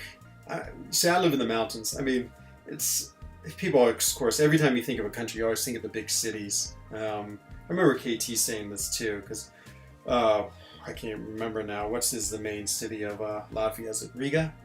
And so he was always saying, I guess when people talk to him about Latvia, they'll always probably say, "Oh yeah, we've been to Riga and we love it." He's like, it's like there's more than just Riga in my country, and of course that's the way I feel about Switzerland. Like, of course, everyone knows Zurich and Geneva, and that's, of course, a lot of people live in those because they're the bigger cities. But I mean, I find the Swiss mountain world like the best part of Switzerland. Like, my village is 3,000 people. It's in the mountains, and I love it so much. I've always loved smaller cities. Aha! Speaking of clear, we are clear. Your first aim is to learn both Danish and Swedish. Ah, nice. Those are two very good languages. Yeah, I don't know much about those languages. Of course, they have slight bits of Germanic, so like knowing German, I can sort of see some similarities, but not really. I've been to Denmark. I've been to Sweden, and of course, English there is so prevalent that's all I speak there. But yeah, they're cool languages. I must say, I'm always a little bit like leery of trying to learn other alphabets. I just haven't had to experience that in my life. I remember my dad lived in Japan for a while, and going there, of course, like slowly I would start recognizing the different characters and what they meant. But yeah, it's definitely another extra element of language that you have to deal with. And I think Swedish is like that too, and maybe Danish, maybe not too bad, but yes, the thing about both German, of course, and French is I didn't have to learn another alphabet. Could use the same one. Yeah, I went to vacations in Israel with my father last spring, and yeah, of course, I mean, between Arabic, all the signs were either in Arabic or in Hebrew. I mean, it's just hopeless. Just had no idea what's going on with either of them. But yeah, it was it's fun to learn languages. It's one of those things like, I spent a lot of time in the States and essentially grew up in the States with just short stretches here in Europe. But it's so, I don't know what the word, monolinguistic. It's just one mountains. Not one mountain size. Reading Poot's comment. It's just one language, and yeah, you sort of really lose that appreciation of what it's like to live in a just with many different languages all the time. Like in Europe, you're just bound to be in a place where there's a language you don't understand, whether there's people in a restaurant speaking it, or there's or you're in a different country where you don't speak it. I mean, there's just so many languages in such a small area that it really is amazing. And so you get really used to sort of not knowing, but being able to figure out by context or like similarities. Like if you know both French and German, it gets you pretty far. My Spanish is fair, but the German helps. I mean, the French helps me understand Spanish, at least the writing, because there's a lot of similarities in the words there. You went hiking near Zermatt. It's awesome, Poot. Yeah, like the world's longest hiking suspension bridge. I think it's just above. Maybe it's just above. What's that town? Grenchen, I think. I want to go do that. I've heard a lot of good things about that. And I'm trying to think. I can't think if there's any like major hikes I want to do really in Zermatt. I mean, I go there mostly for the winter. Do a lot of ski touring. The Britannia Hut is an amazing place, and the Strauhorn, super great ski tours. If you ever get a chance to ski tour there. Oh, Europe is out of control with languages. Absolutely out of control. Okay, so now we're ready to run the 6 stars, but I like to run them all in one go. What time is it? 22:53. Portuguese and Spanish. Yeah, it's true. I had a friend, we were in Italy, and he was Spanish, and he actually seemed like he could communicate almost perfectly with Spanish. I think Spanish and Italian are really close. Portuguese as well. There's a lot of Portuguese in Swiss. You know, everywhere you go, you see the Portugal flag. Just a lot of people come here to work. I would say Portugal seems like the main country people come from to work. Probably that, and it's probably a tie between like Portugal, North America, and England. I'd say those are the 3 countries where we get the most immigrants from. Hello, Mohammed. Hope you're doing well. Okay, so I go do this fight. I might change my masteries for this fight, just because it will make it so much better if I take off suicides, and then I can also do the void fight. Okay, let's try this without suicides and see. So let's go get rid of suicides. I'm going to use Proxima. Let's hope that she can do it. If not, finish up with. So recover. So none of them have bleed, so I don't have to worry about bleed at all. But yeah, Proxima is pretty good for this fight. Just pulled a 5-star man thing. Is he any good? He is good. He's sort of an interesting champion. He does a lot of cool different things that not many other champions do. I actually like him a lot. I haven't really played him that much, but he's fun, and I have him as a rank 5. I rank 5'd him. And yeah, I don't know. I think he's a cool champion. He has a lot of unique abilities, and it's fun to play, and it's just sort of interesting. So I do like putting poisons on and lots of armor breaks. So that's really cool to be able to do that with him. Portugal is very nice. The Azores, I've never been to the Azores. I've been to Portugal 2 times. Surfed in Portugal, which is amazing. Beautiful surfing. It's incredibly good surfing. Okay. These on, and they're on. Problem is I'm going to run out of parries. It's going to be so annoying this fight. Get 3 out of 3 of these. We run out of parries against this bishop, and I guess I just have to bait out heavies. And fine. This is really the only fight I have to use Proxima for. But he can evade, but she hopefully will get a good true strike. I might quit out quickly if she gets a bad true strike. I mean, bad spare. And maybe just suffer through it. Okay, I'm going to put a bunch in, don't need any in Deep Ruins. We're going to put a bunch in,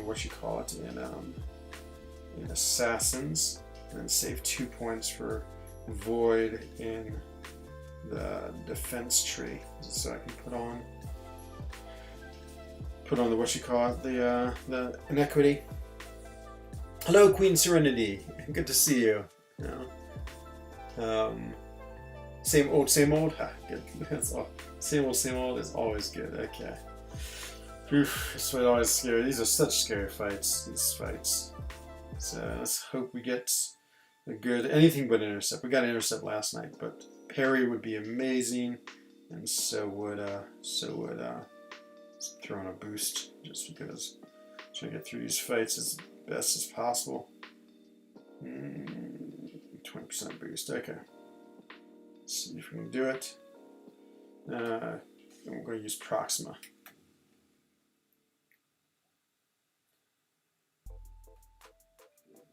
Okay, that game's a little laggy. Parry Curse, Preview Self Mesmerize, starts with 2 bars of power. So we got to bait out his SP2 first. That's the ultimate goal. So let's see how that goes. Oh no, connection errors. Oh. This is nightmarish. So far it's always worked, but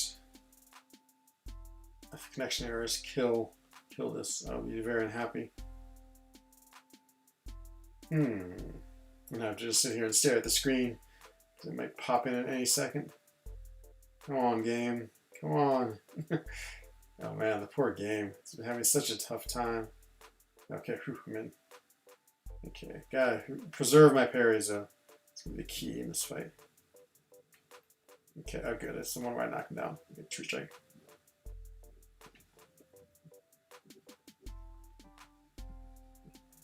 Okay, got a parry. Get the true strike. Oh, evaded. Oh, means I didn't get the true strike. Okay, intercept.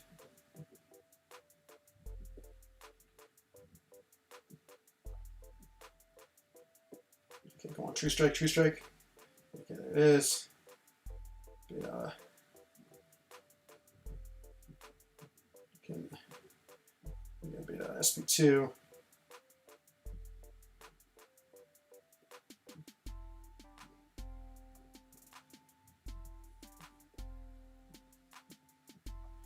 Wonder if I can.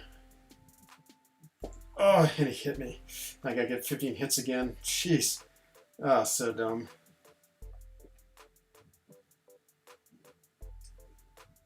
Alright. Okay, we will just quit out of that and get 50% back. Oh, this fight. This fight is just also really annoying too. Okay, quit. And restart. I hope that gives me the parry curse because I really need to be able to parry in this fight. Like not being able to parry is just deadly in this fight. But we'll see how it goes. Jim, you were mentioned. Oh yeah, there I am. Because if I can get the true strike, I mean, yeah, the problem is if you can't parry him, oh, it's just really a hard fight. And so we'll see. We'll see if that counted as a fight, even though I force quitted.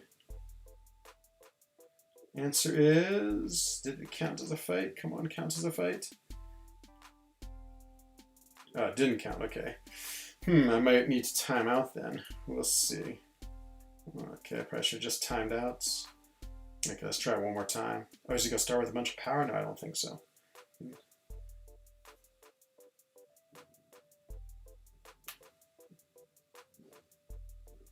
Oh, intercept attack, yuck. Did I just get hit? I did.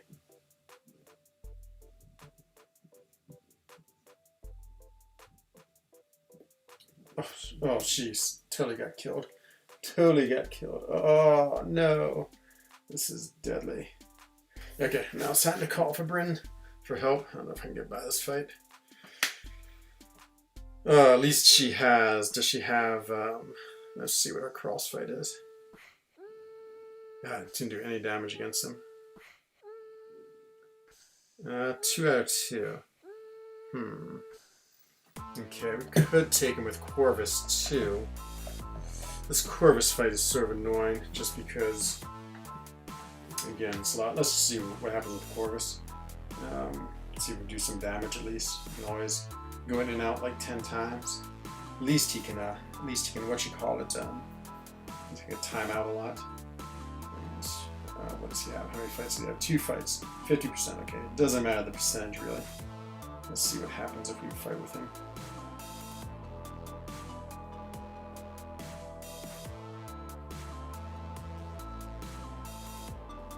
Didn't want to parry. I guess it doesn't matter at all.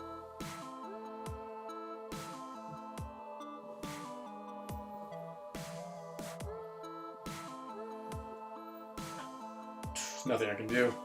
The problem is when he fires that off, he does so many hits. It's like just saying with the cable, it's like the SP1 just makes it impossible to fight him. So now I have to time out, try it again. It's just like the cable fight where every time he gets an SP1, I just can't block it.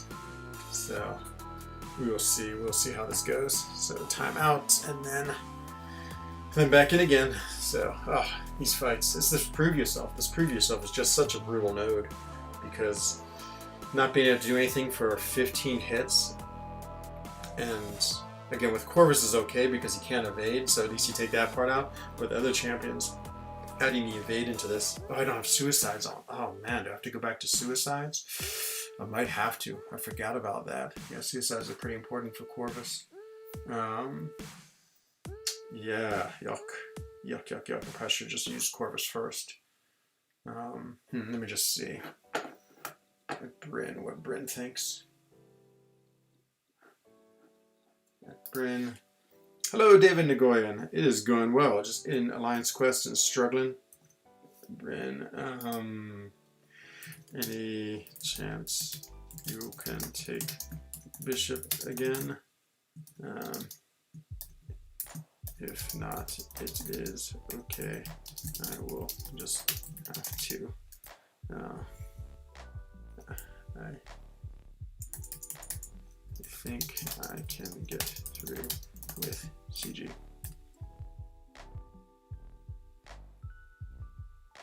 Okay, that's what Bryn says. Yes, Bishop is looking to very. Who is better, Golk or Rolk? Rolk is definitely better, Muhammad. Like we have, Dap has an R3 Rolk, and he's just absolutely crushing it in Alliance Quest right now, and so, yeah, he does really, really well.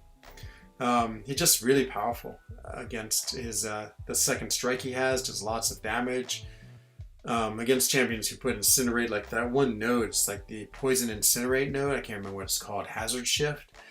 He just eats those up. He gets so many of those charges, and then when he throws his SP2, huge incinerates. He has a big time damage dealer. He seems to have like interesting utility too. It has a little bit of regen as well.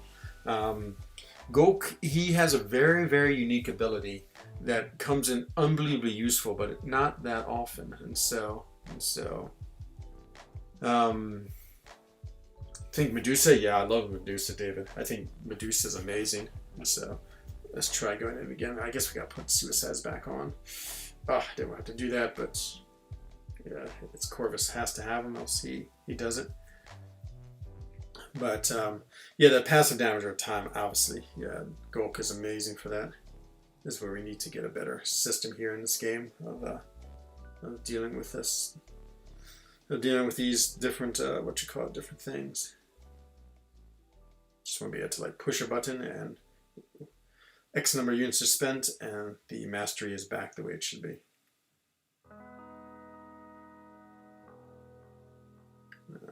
As always, it's just the slowness of this more than anything else. I mean, the unit cost isn't great, but just the fact that it just takes so long to go back and forth between masteries.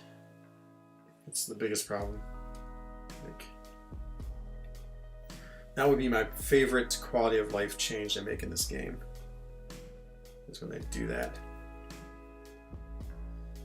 Oh, come on. Especially with a laggy game. This could take me all night. Come on now.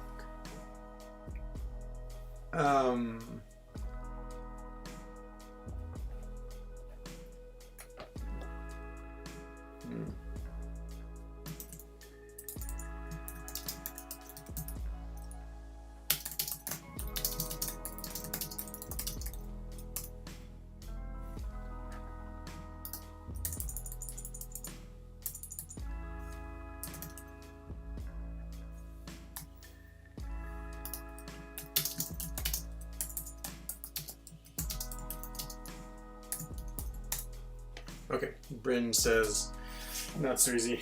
So yeah, we just gotta get through with Corvus, which means like have to I like both. Hard decision. Yeah, it is. They're both really cool characters. Actually, I like Golk better, to be honest. Like if I had to choose which one was more fun to play, hands down Golk. I really like Golk. Rolk is just sort of, there's not too much interesting about him, to be honest. Golk, I feel like, is a little more interesting. I mean, his specials do a little more different damage, and yeah, I like I love the way he has that damage over time sort of mechanic they can deal with. So yeah, so I agree that Golk is better and more fun. Not better, it's more fun, but I think Rolk is better. So it's always the classic dilemma. Okay, let's try this again. Yeah, this is. Let's see if we can't. Oh, what do we got? Bolivia! Hello, AC! Welcome, my friend. Don't think Dreamin' may be in here, but we'll see. We'll see if he is. Good to see you, my friend. Love your countries. Bolivia. I've been close to Bolivia, but never actually been in it. Been in the very north of Chile. Um, but okay, so we have to get this guy. We're going to try to get him down some as the goal. We'll see if we can get him down some.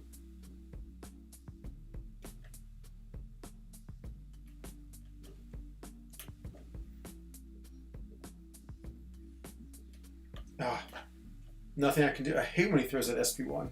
There's like nothing I can do. He just hits me so many times that it just cuts right through my block. And so, yep, it'll kill me if I let it finish. Okay, and so this is going to take like 3 hours, but we'll get through it. You know? I'm going to lose my parry curse, but that's fine. Thanks for the advice. Yeah, let me know what you do, Muhammad. I'm really curious who you choose. I would say that, yeah, I don't know. I don't know who I would choose. I'd probably go with Rolk, especially since I use Domino in the synergy. That's what's also nice. I like ranking up my synergy champions as well. Like, obviously, I have Proxima rank 5 here because I use her in Lion's Quest, and, you know, I think other characters, I do that too just because they're so good. I parry curse. No. If you have it, then then it remains the same for the next 2 fights.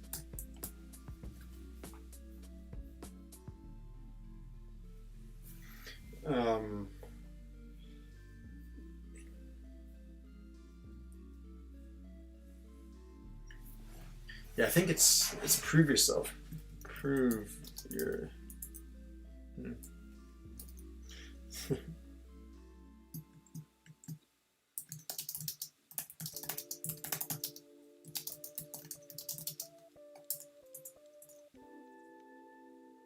Let me know when you're timed out. In 1 minute, it'll be TO'd. Careful. And we'll start.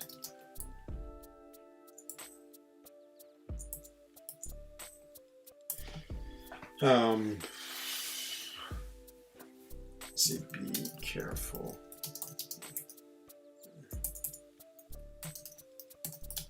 You will start with slightly more than 2 bars of power.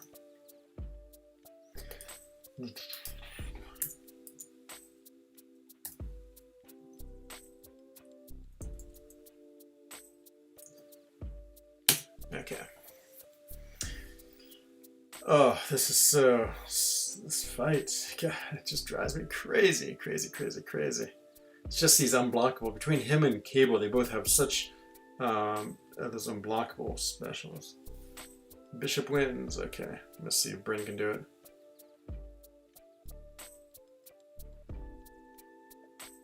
Yes, the previous outfit.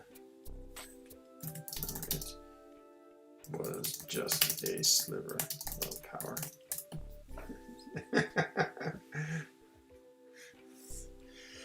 Oh man, let's see who his Bryn's team is. Oh, he's in fight.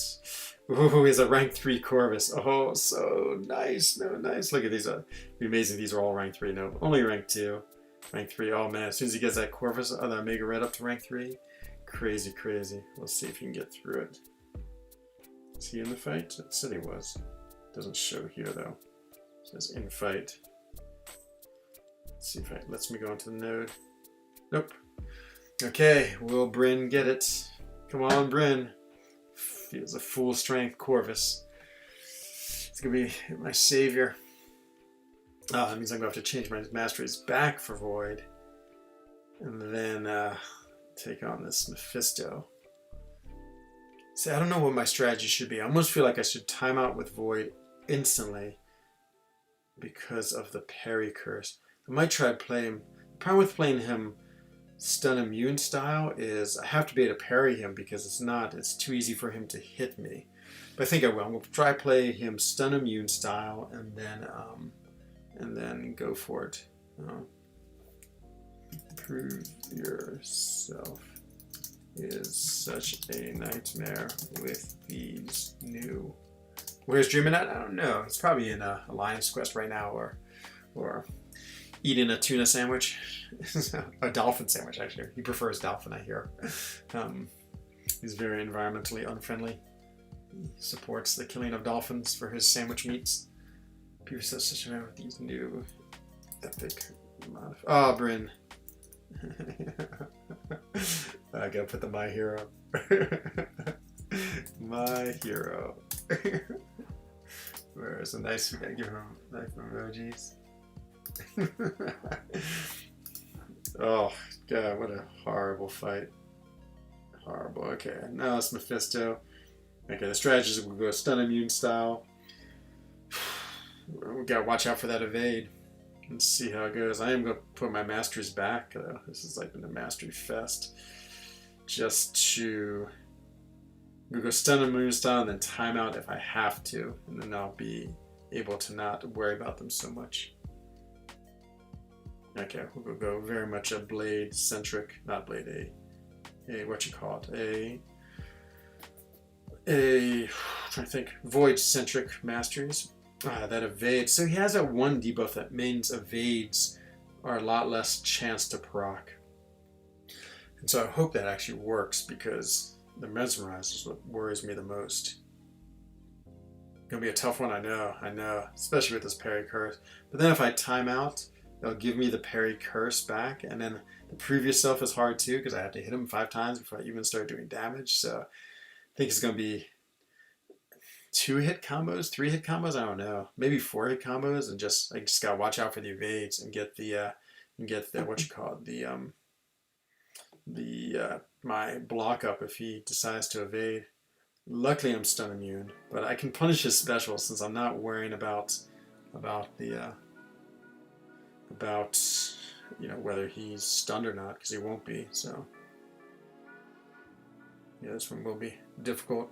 I mean, I can always do with Corvus too. Corvus is the same thing, it's just another timeout fest. But we'll see. I mean, I could just go for the strategy where I like immediately time out, and that way the parry curse is off. That might be smarter. We'll see. I might have to use a potion to do some reviving. Hello, Skull Forger. Hope everything's well with you. But yeah, we'll try it. We'll try it like this style first and see how it goes. Rank up. Did it? Okay. Just it's lagging. Oh, this lag. Annoying.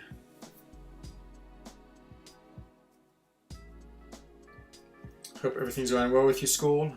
Just finished Canadian difficulty. Oh, nice. Yeah, I've been working on mine. I did it with Tiger and Hawkeye. The brand new synergy of Hawkeye was amazing. And the fact that I have so many revives, not revives yet, revives, it doesn't matter. So I was able to revive them, have a bunch of them expiring, so. Okay. So let's see how this goes. Oh, these evades are gonna be so scary. Just gotta really watch out for them. Hopefully I get that evade up very quickly. Guess I could just do 2-hit combos, hit into his block. The problem is, even if you hit into his block, he's still can evade. Do I really want to put these on? I guess I do. I'll just do more damage to him. Keep his regen low. Okay, Void. Let's do it. Do it. If I can get through this fight, then everything else is okay. It's like the last of the difficult fights on this path. Let's continue. And here it goes. Okay, Void. So we just gotta bait out heavies and attack. Hope I don't get evaded.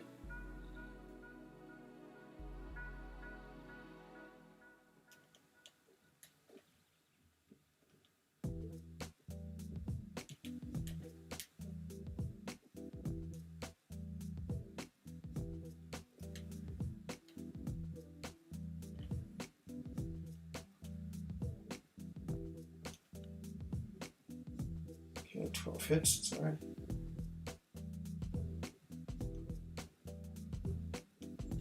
Oh, I was so lucky to save that. So lucky. Oh, see?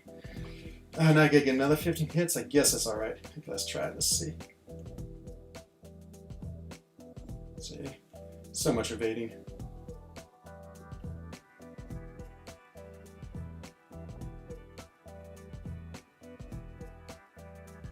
Oh, I stunned him. Ah, accident. Didn't want to stun him, to be honest.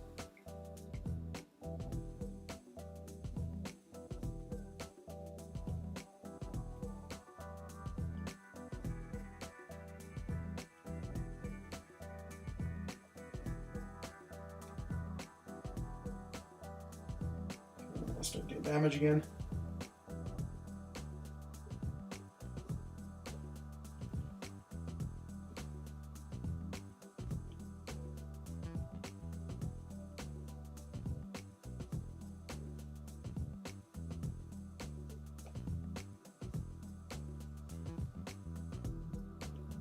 Ah, done stun.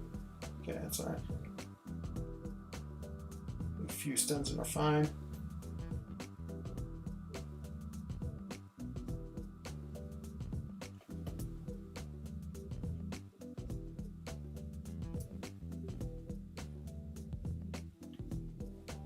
Oh, he hit me, no!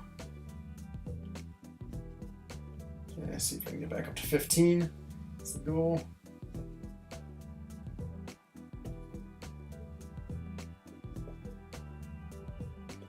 Oh, see, you can't go into his block, he just stuns you too easily.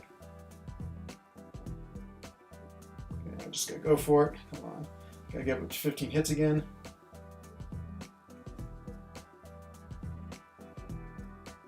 Oh, I stunned me. Okay. Whew. Gotta time out and save my damage and save a revive. What a miserably hard fight. Oh, so hard. Yeah, I thought my debuffs would have about to run out of time anyway, so it all works out. And I parried him. Okay, now I can parry him at least, which is pretty cool. So that'll be good. Just finished lurking. Hello, Papadolf. Compensation, I think I've been saying 10k 5-star shards. Oh, so close. Now he's going to get pretty big regen too, because he's right at the end. No, I know. I'm going to have to use a big revive too, just because. Not a big revive. I just need to get his health up. So that's, but now I can parry him, so it should be a lot better because the parry curse, I think I parried him once. Heal. Let's see, 9,000. I have to buy one of these 9,000 ones. So 6,000, yes, buy one of these. 1, 2. Yeah, I could go for the third one. Let's try 2 and see how that works. 1, 2, okay. Okay, so back in again with Void. But I can parry him this time, because I think I'm only at like 25%, which is fine. Means I can get off. 50%? Yuck. At least I can get off like 1 or 2 hits. It's a lot easier if you can parry him.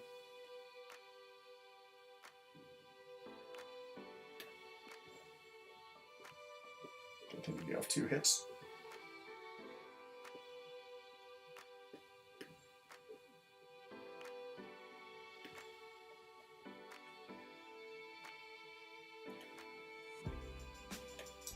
Oh, my finger sort of slipped there. I was dead.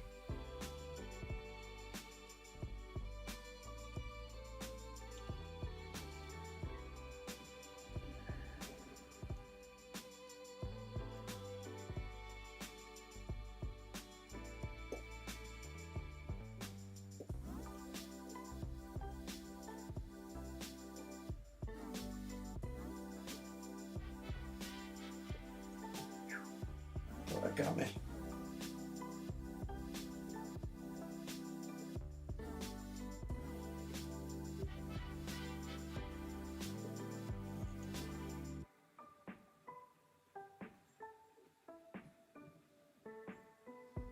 And he's dead. There it is.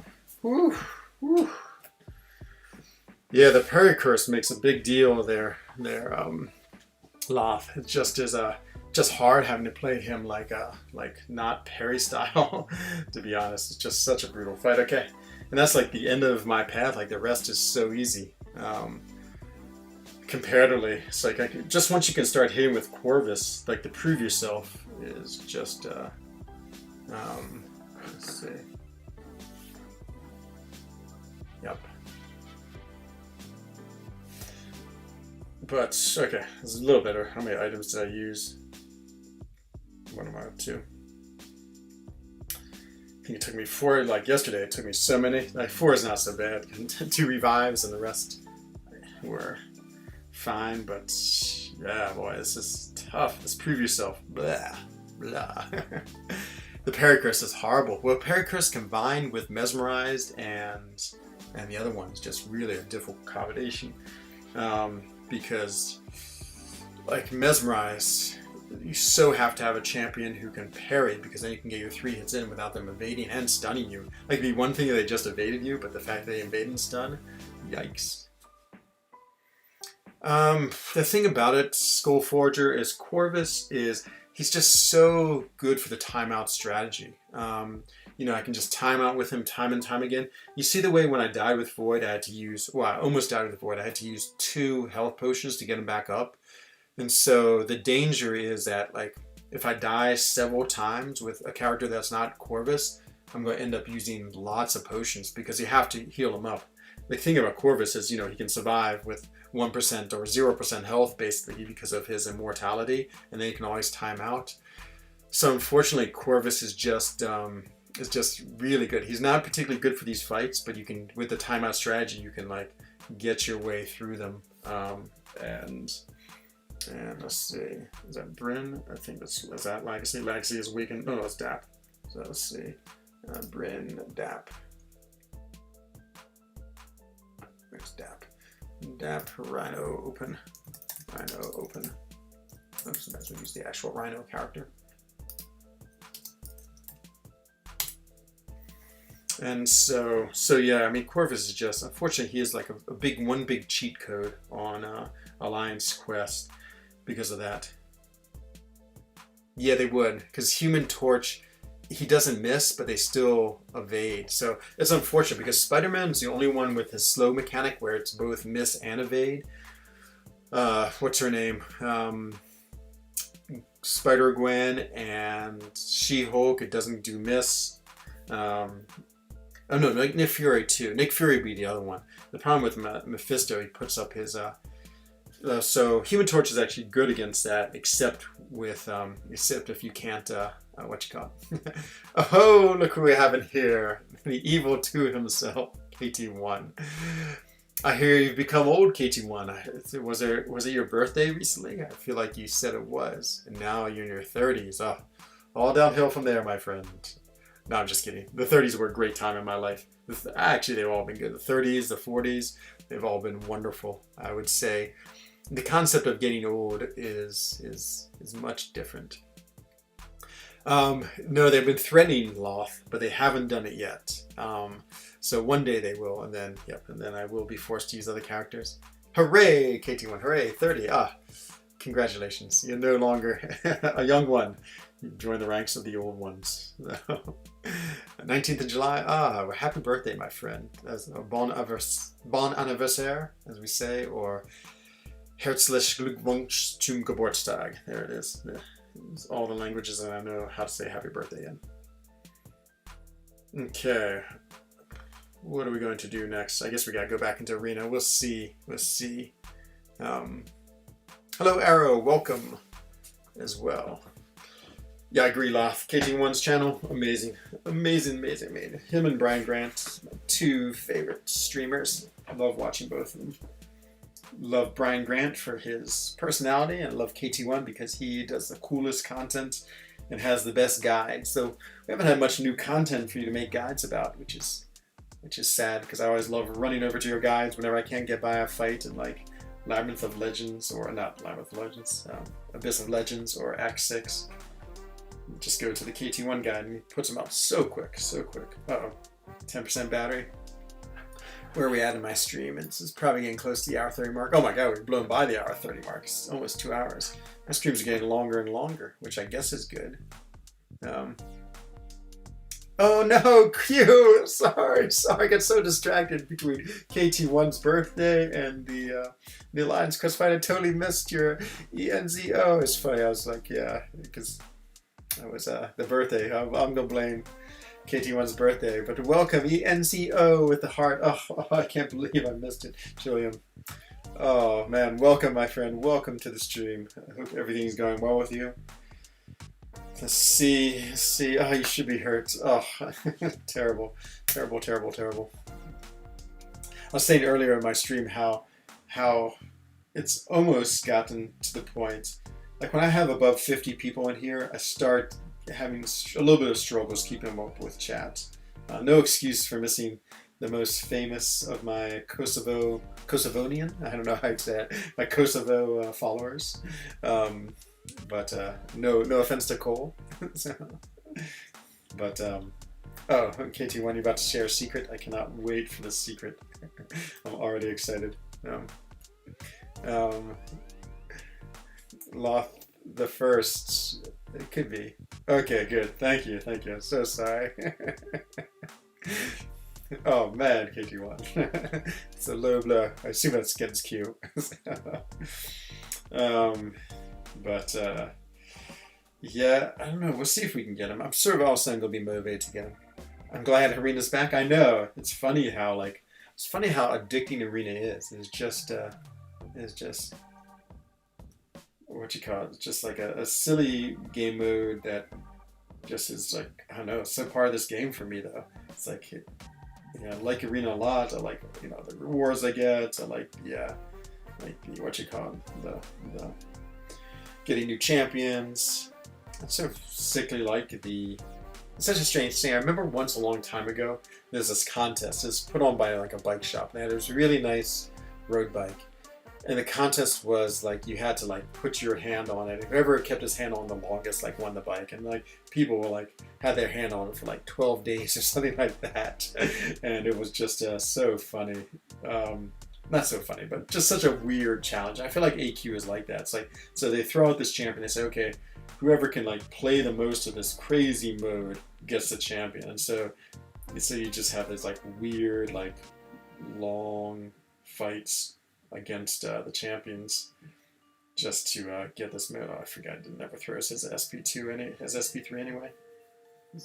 Or he will at the worst time. Kill him. Shock. Oh, here it comes. Take that never back and say at the worst times. Q has the most ridiculous mustache? Oh man, I've not seen Q's mustache. I feel left out. 27 hairs, not too many of them. Have I ever had a big mustache in my life? I do not think so. I once had a goatee, but that was about it. I got ambushed twice. Oh no, Soul MCOC. That's not so good. Hello, Hope21. Welcome. Oh, I wasn't paying attention to the fight had started. Wow, I didn't think you could get ambushed twice. Obviously you can. Good to know. Good to know. That's a tough fight. Even my rank 3 torch, I would say, I still don't feel like super confident in that fight. Misclicked against Wasp, I have to wait 12 minutes. Huh. Why 12 minutes? 3 timeouts, I guess. Yeah, these epic modifiers, I must say, I find them sickly fun, even though they're really hard. Wow, Skull Forger, wow, that's out. Crazy, crazy good. I'm feeling like I might open some Sasquatch. I've been holding off. I haven't opened up any Sasquatch crystals yet, except for the earlier release ones, but now maybe I will. He's like 13. Oh man, I didn't know so. You were so young, Q. That's fine. All ages are welcome. Never mind, you're almost 21. You're still very, very young. No. 2 in 1 path, I know. Oh, it's nasty. It's too much. Almost 21, you're Legacy age. Legacy is 20. Like you take Pete and Legacy and add their ages together, you do not even equal 1 Enzo. Some people would say the same about their fighting ability too, but that I think is more debated. The age one is a certainty. But yeah, it's after a certain point though, it doesn't matter. Like it's like I have colleagues who are in their 20s. I mean, today I don't feel like there's any difference, even though it's crazy to think I've lived more than half their life already. And you think that would make me so much more wise. Maybe it does, but I don't know if I feel like it or not.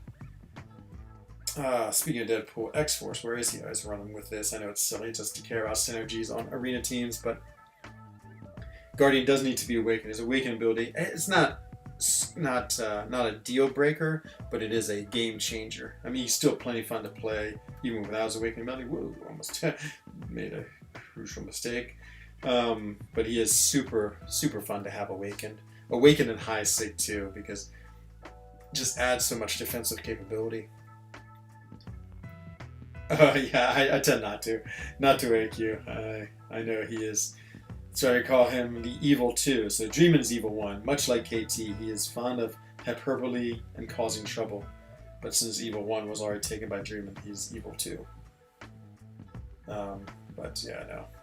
I definitely am always wary of anything that he is saying. Oh no, not even timed out. Oh jeez. Oh, no worries, KT1. I thought you'd gone mad with power once again. Oh, poor Q. Wanted to flex out threats. Yeah, fair enough. Yeah, your timeout, so almost as humorous as Dreamin. So whenever AC comes in, actually I really like AC's game. So AC always comes in and puts a new country in. If Dreamin sees it, he instantly attacks it with his moderator power. It is as long as AC is not hurt by it, it is pretty funny. But you do. I need to unhide him. Oh, okay, sorry. It was just. Oh, and you. Oh my God! Not only did you. Can I unhide him? I don't know. Can I? Q. I don't know if I know how. Remove, produce, unhide. There it is. Okay. Q's back. I think he's back. That was a timeout. There it is. Okay, he's unhidden. Not to worry. All is good in the world of the friend zone chat. Yeah, I got it. KT1. It only took me a few minutes to figure out how to do it. Go to your settings. I didn't actually go to my settings. I just went to Q. I could click on 3 dots by his name and that managed to do it. Oh, this is the worst fight because you can actually die. If he doesn't throw his specials, which he never does, and then he does throw his specials, then you die. So you can see he's not in special throwing mode. Okay, we're gonna go for it. If you thought here it is, death, absolute death. Oh, this is like him, Red Hulk, and it's like you survive, but nope, you never survive. Yeah, take that back. KT1. Oh man. Okay, well, that happens. Yeah, if he unmodded him. He's fun to have as a mod, KT1. I must admit. No. And I've already unmodded him once. I feel like I might need to go through and clean up my mods. Just to, I don't know.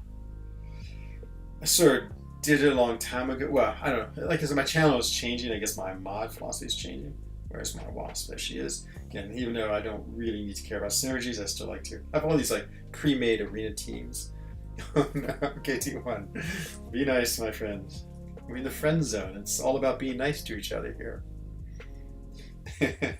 He can be, yes. Between him and Dreamin, they both, well, Dreamin does good work. KT just causes chaos, mostly. Oh. But, yeah, it's I don't know. It's just fun to have all these little arena teams. It just makes it somewhat enjoyable. Actually, as I said, well, I like arena, and just having my fun little teams make it all the more enjoyable. It's like having my 6-star ghost team. It's always super cool. Anarchist, there it is. Yep, that would be a good way of describing him. Flame broiled, or shock broiled, I should say. Electric broiled. She's another one. Like all these characters, they never want us to throw their specials, but at least with most of them, they won't kill you if they throw your special 3. I don't know how Kingpin hits so hard. I didn't think he did. But he absolutely crushes you, maybe because he has rage or something. And Hulk, he puts on an incinerate that just absolutely melts you.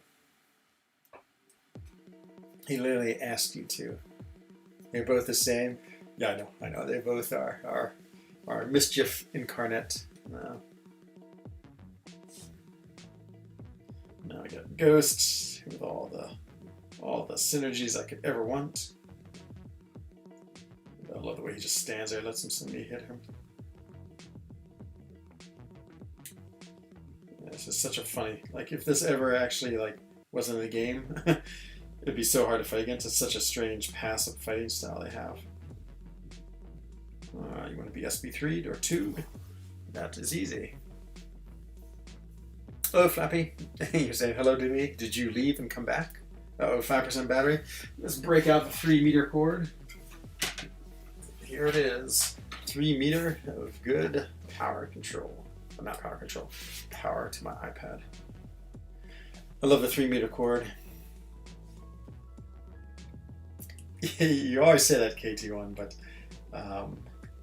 yeah, I agree. I agree that the YouTube life and the real life isn't always the same.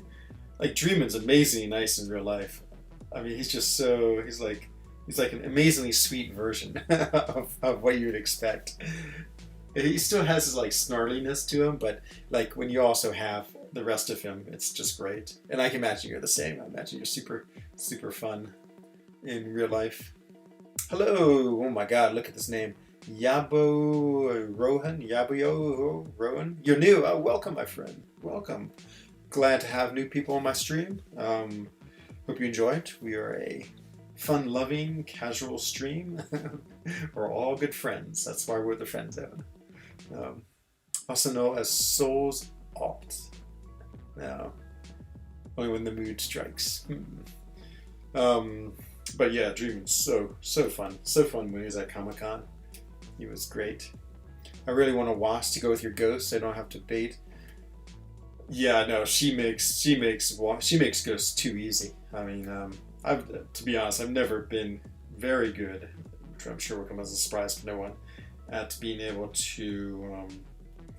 I don't want to being able to bait SP1s at all. I mean, no, not bait. I'm able to throw my special with ghosts if I don't have wasp and get the quick intercept. Once you on call, I roast the shit out of you. Oh man, never mind then. That sounds terrible. We won't be the FRENZOne then. If you're on call, you have to be nice and say nice things to me and to everyone else. That I'm sure now I've set that up. If you were on call, it would be brutal. Hello, Epigognosis.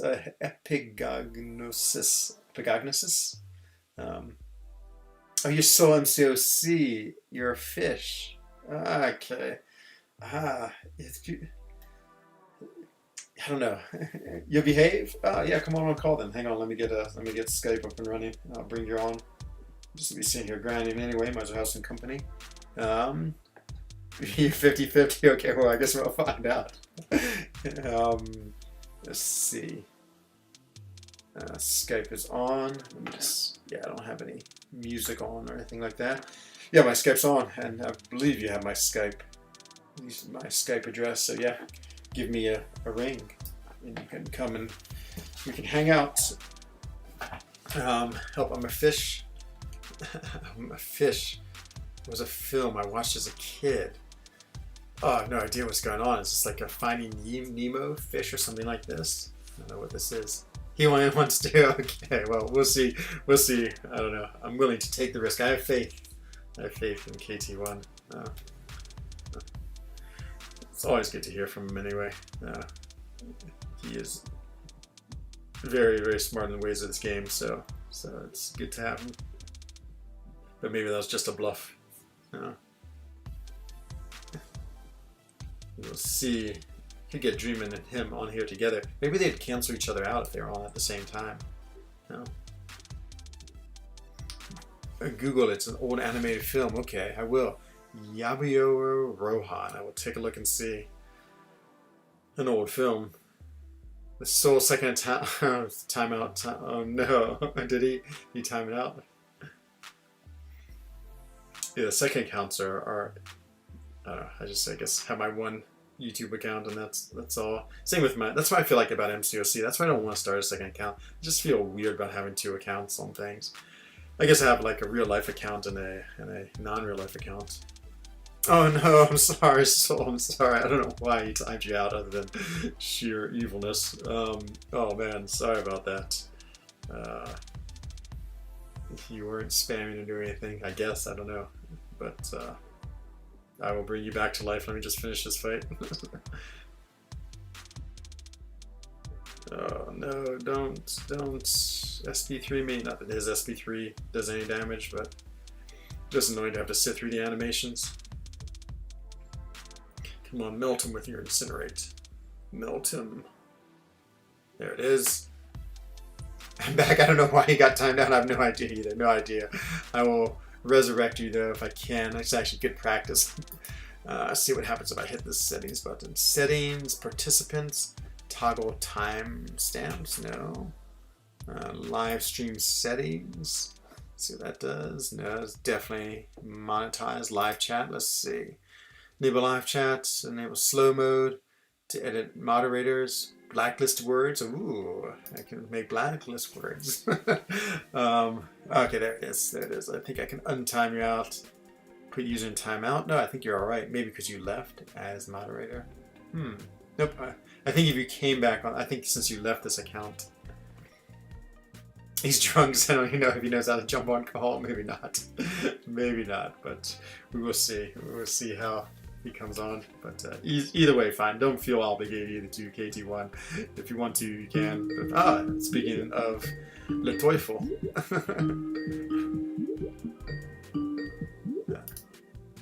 frENZOne.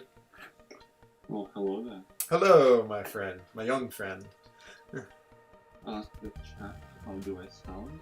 Do I sound appropriately well? Because I'm calling you from a mobile device instead of my very elaborate streaming equipment.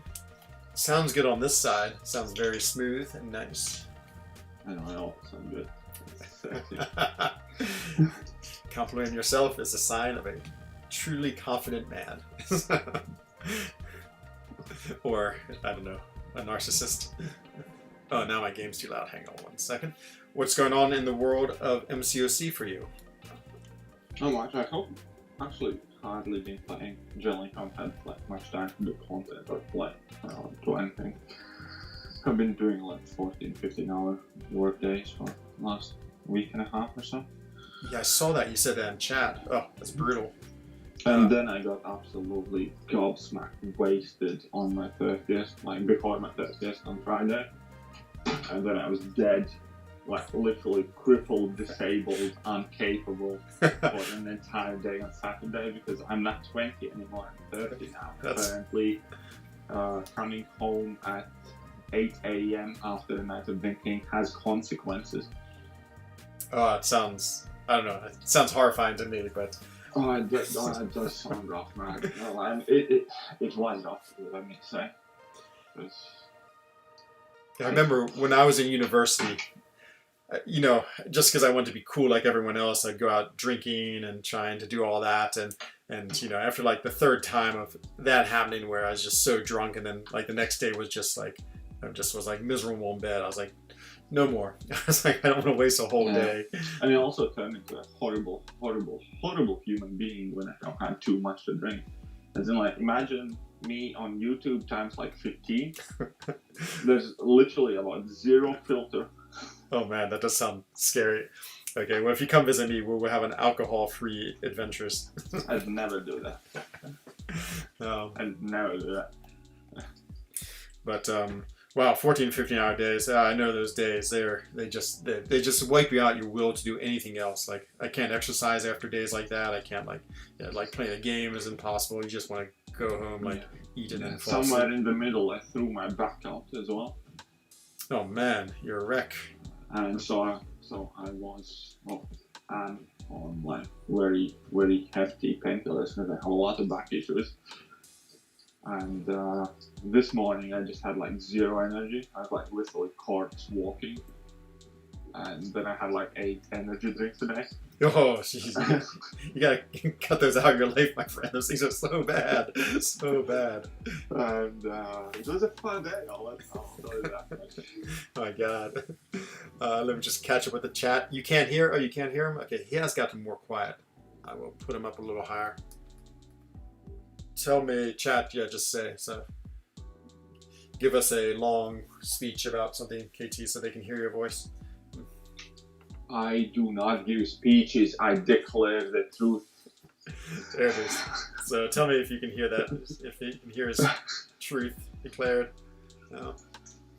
Can't have an alcohol-free holiday? Oh man, you will. You'll be living the good Swiss-style life if I can get him over here. Okay, so if I ever go to visit you, I need to take 7 flasks with me. No, not. And I'm just gonna go to the toilet. Oh, don't mind me. It's gonna be so ugly. You're gonna fall off the cliffs. I'm gonna have you climb to your death. I'm actually very, very, very good at rock climbing. Ah, nice. That was a huge part of my life for a long time, but I'm like very, very good. Nice. I can imagine. There's sometimes like you're pretty tall and big. It's like both a blessing and a curse because obviously, you know, you have more weight to lug around, but then you can reach holds that other people can't. Yeah, that's the thing. I'm very, very tall and I'm fairly kind of like athletic. I've never been like massive,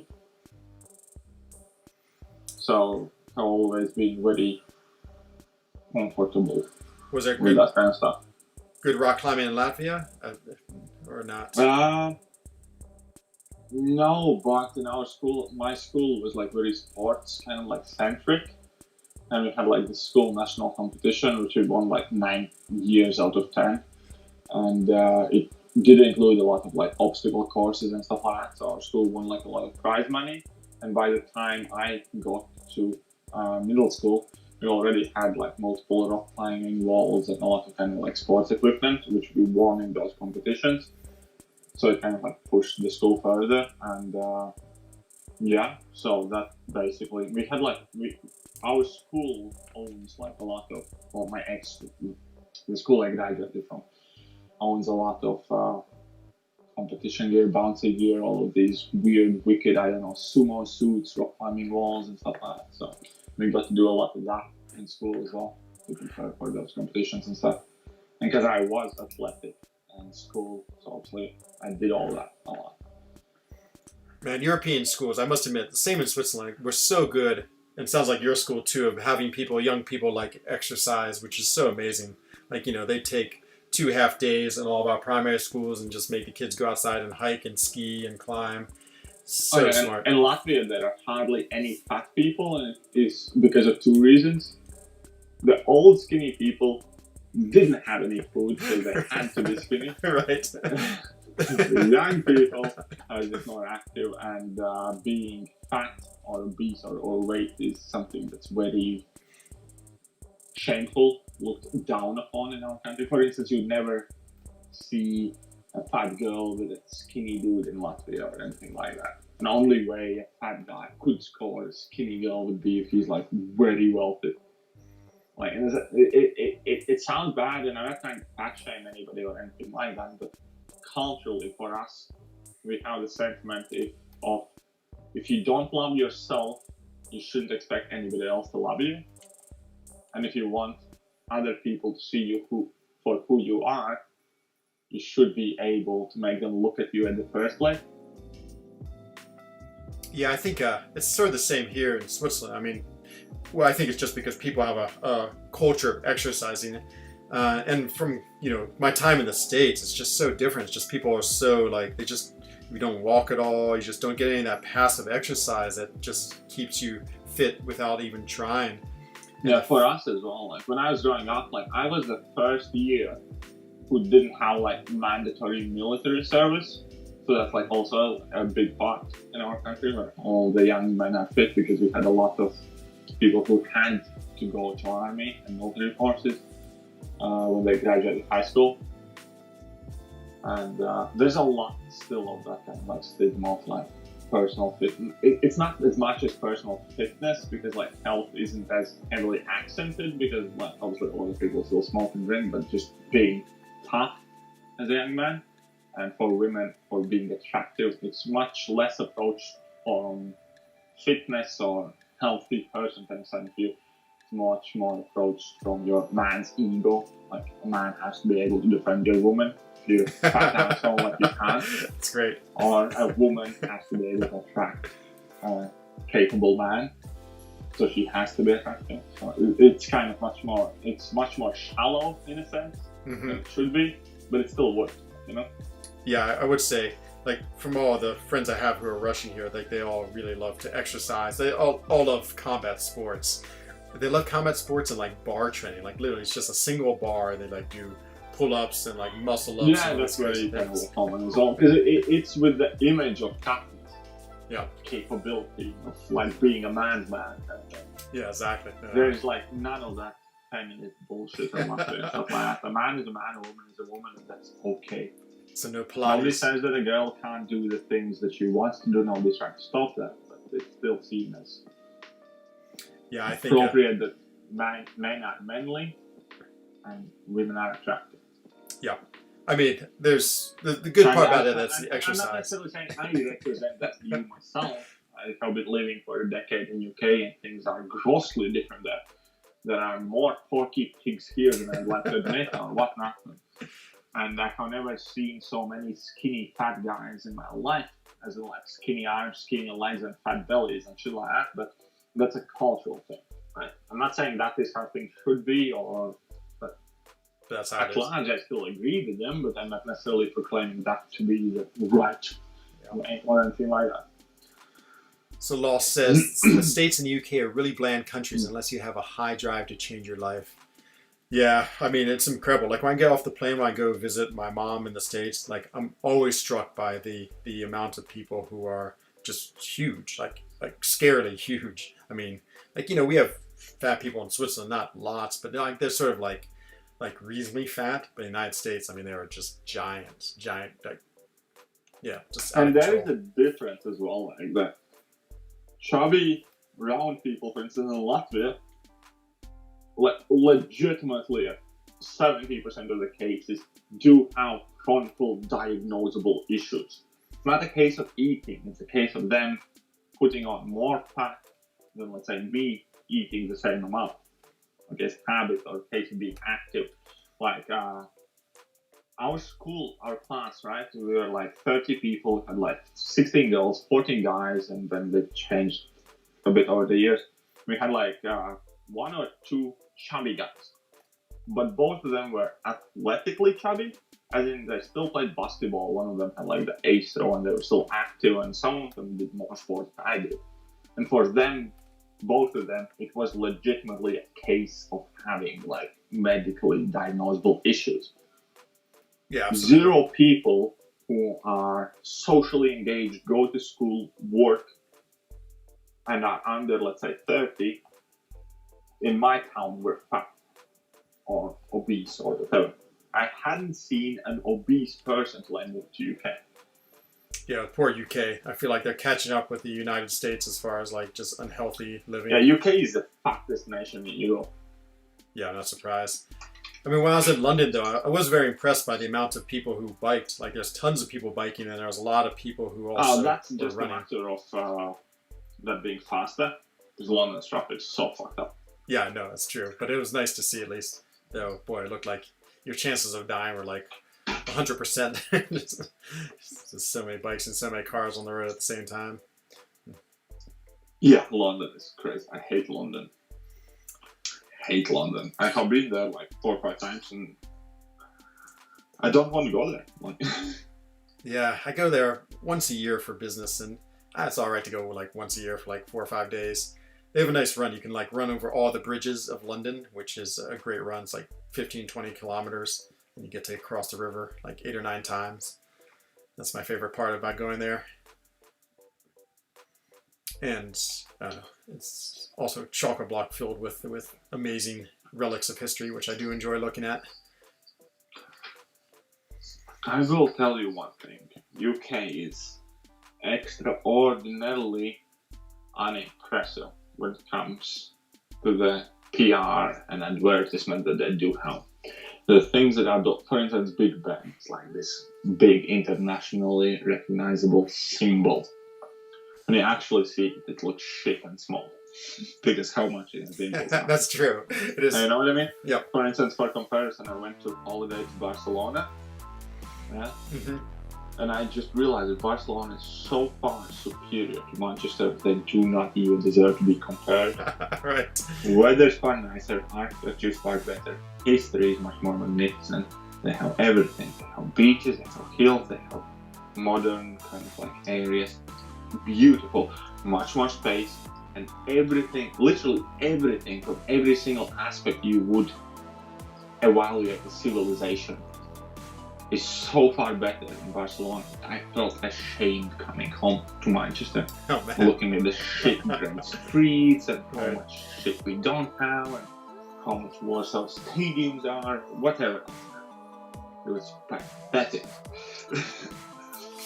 Good to know. I've only been in Manchester to fly into the airport. I actually went rock climbing in near Sheffield as the Gritstone. That's the only time I've been in that part of England. The Gritstone was amazing. You say that, but I would still be willing to bet that it's extremely unimpressive. Over-advertised and oversold. Yeah, maybe. Let's see. Lost says, I'm from the UK and it's more about being lazy for the English. We've lost ourselves as a people culture. Yeah, I don't know. It's funny. Like, it's funny when cultures, I feel like it's strange when they get into that mode where they just become so unhealthy. It is really cultural. Like, you know, as I said, Switzerland and Latvia are. I personally think it comes from lack of social responsibility. In UK, there's a lot of, oh, I don't give a fuck, you can't tell anything to me, just like say to me, like, I am who I am, I don't care, and nobody's held socially responsible. For instance, when I grew up in a very small town by comparison, but point being is, I couldn't walk through the town with a dirty shirt without somebody noticing, telling my mother calling me, threatening my life if I'm not going to immediately get home and change. It wasn't about me misbehaving. It wasn't about me as a teenager, partying or drinking. But if I was indecent, I'm going to get battered. And in the same sense, for instance, as a good kind of like wake-up call and reminder for me, a year ago, so after about 8 years in UK, I went home and like my mother's fine with me smoking. She doesn't like it, obviously, but she's fine with it. And as a habit, obviously, I was smoking next to my mom and I threw my cigarette end on the floor. Oh my God! She smacked my head. Oh my God, Katie, what? How could you? She smacked my head. She should. Pick it She up should. and put it in the bin. Point being is, in UK, everybody does it. Nobody cares about it, and the streets are dirty. Right. Everywhere is dirty. That's why I'm paying like £200 a month more to live in a relatively modest apartment, but in the best kind of cleanest area in the city. But the point being, in Latvia, everything's clean because everybody socially responsible to keep it clean. Yeah, there's something to be said too about small town living. Like, I've always lived in relatively small places. I love walking around town and knowing everyone, but you're right, it does make you more aware of yourself because you don't have that anonymity of the large city where you just never see anything. Yeah, that's the point. That there were all the time these kind of things. I went out at 7 a.m. in the summer as a kid, and I went to stadium and I played football and I got dirty. And I had two choices. I could go swim in a river and wash my clothes. I could go home and change if I wanted to go anywhere else. And it wasn't ever said to me, but it was kind of like, for instance, next to our stadium, there's a big supermarket. If I ever so wandered in that supermarket being dirty, first and foremost, like, people would stare at me. And second of all, my mom would know about it immediately. And then I'd get smacked, even though I technically wouldn't have done anything wrong. I went to the stadium, played some football, went and, bought an ice cream, and came home or something like that. But I couldn't go to the supermarket after playing football if I was dirty. Like, you understand? It's to a, pedantic degree. Yeah, no, I mean, again, that's what the small town's good. It keeps you part of a group, and they keep you responsible. See, I would say that it's a good way to be conditioned by self-pride, though, right? I'm not sure that's. It kind of is. In Latvia, it stems from extreme poverty in Soviet times, and what the best way to put it? Everybody was poor, but you could never show how poor you are, and you could never look poor. Like when I was growing up, my first suit was passed down to me by my brother, who grew out of it, and who had it from our oldest brother, or it was from some sort of charity organization or something like that. It's like we never had a lot of stuff, but when we went out in public, we had to look decent, we had to behave in order, quote unquote, not to bring shame to family and stuff like that. Right. And all of that is very important.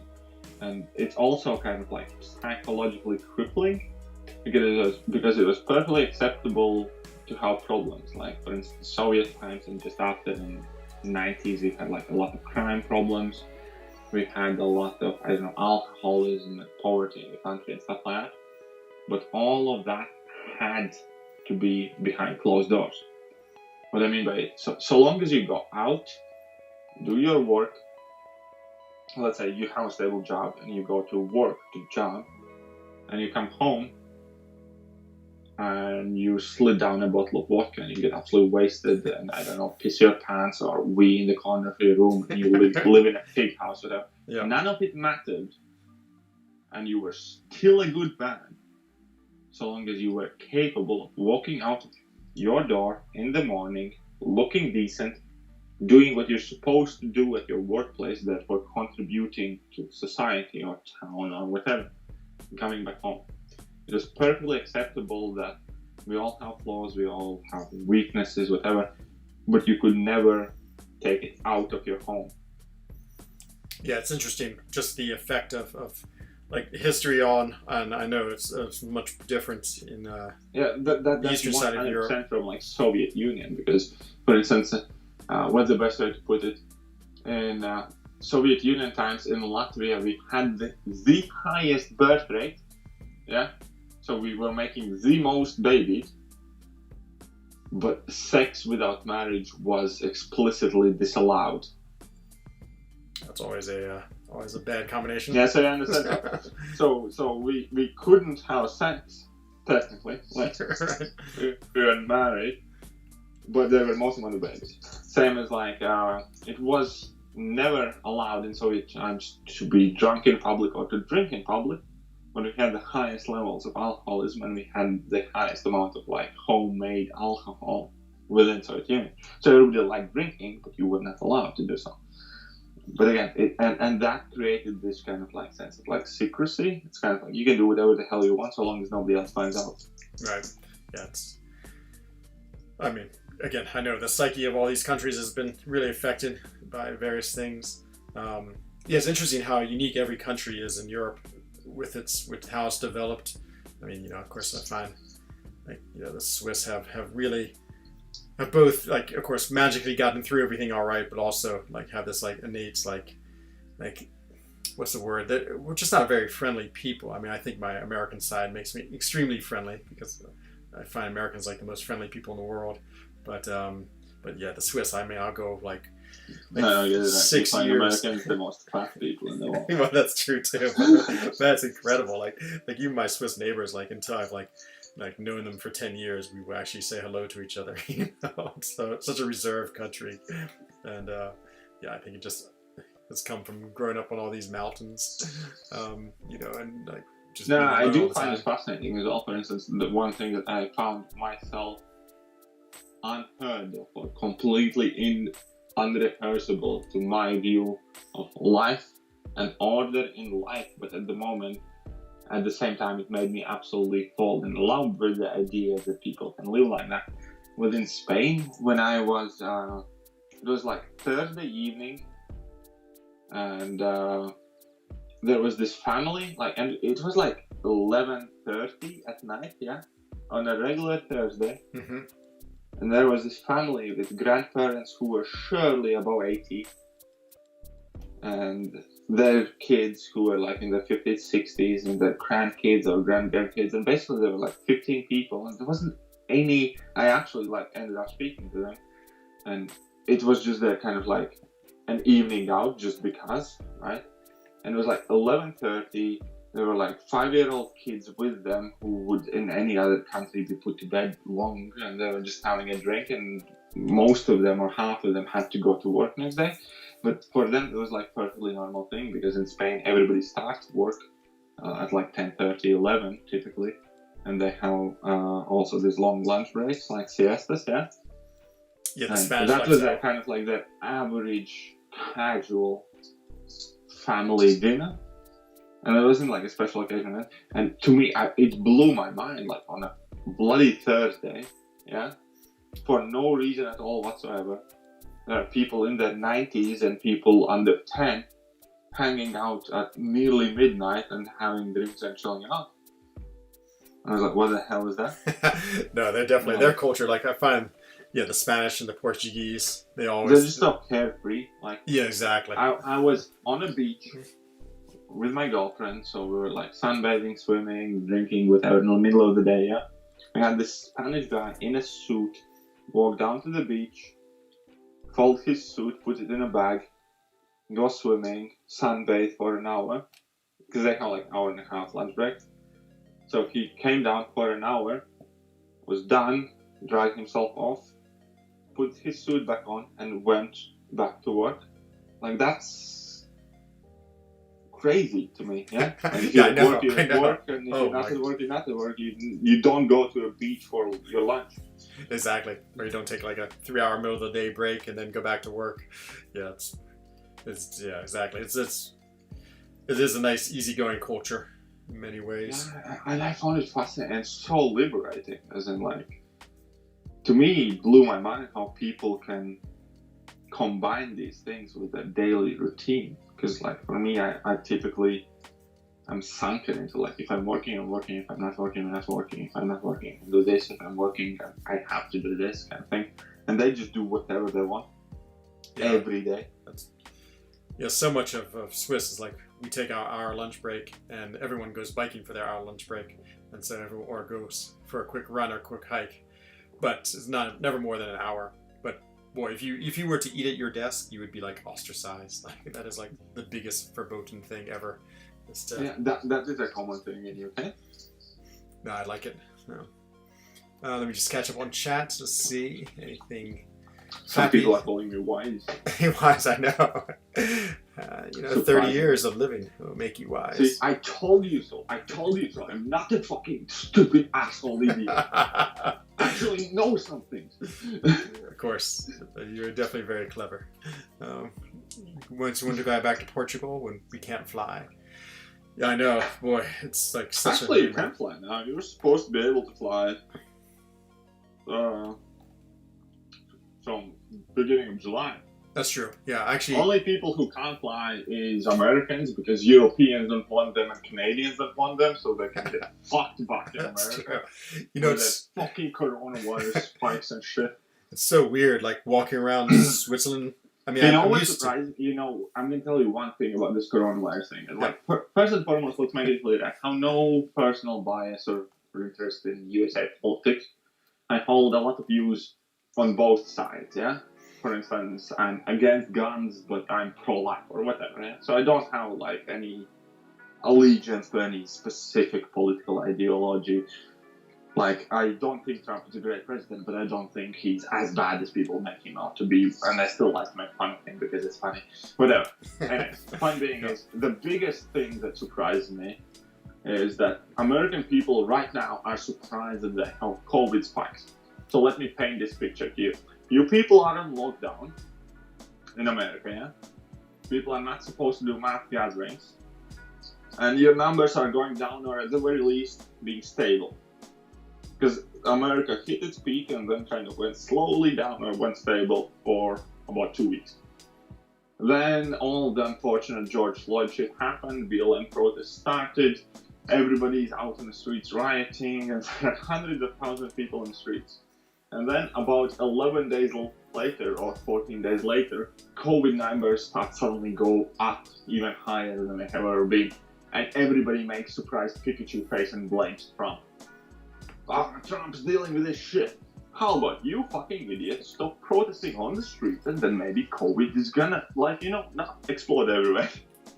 Yeah, Again, this is completely outside of politics, and I'm not trying to lead anywhere. I'm just saying it is stupid not to look at it the way kind of like if you're in the middle of a pandemic, then huge riots and demonstrations are probably gonna accelerate the problem, and it's not gonna be one white guy's fault, or it's not gonna be Trump's fault. It's literally the riots at large. Yeah, it's so sad. My poor country is suffering so much. Exactly, and they just politicize every single thing of it. It's his fault, it's that fault, it's whose fault, and everything. Everybody is throwing shit at everyone, and nobody's stopping and starting to think that maybe we shouldn't do this right now. Yeah, I know. It's they're such a mess. I feel terrible for it. But yeah, it's funny. And again, this isn't to kind of like try to push any political agenda. I think like most of the people are idiots on both sides, but I just think everybody's an idiot.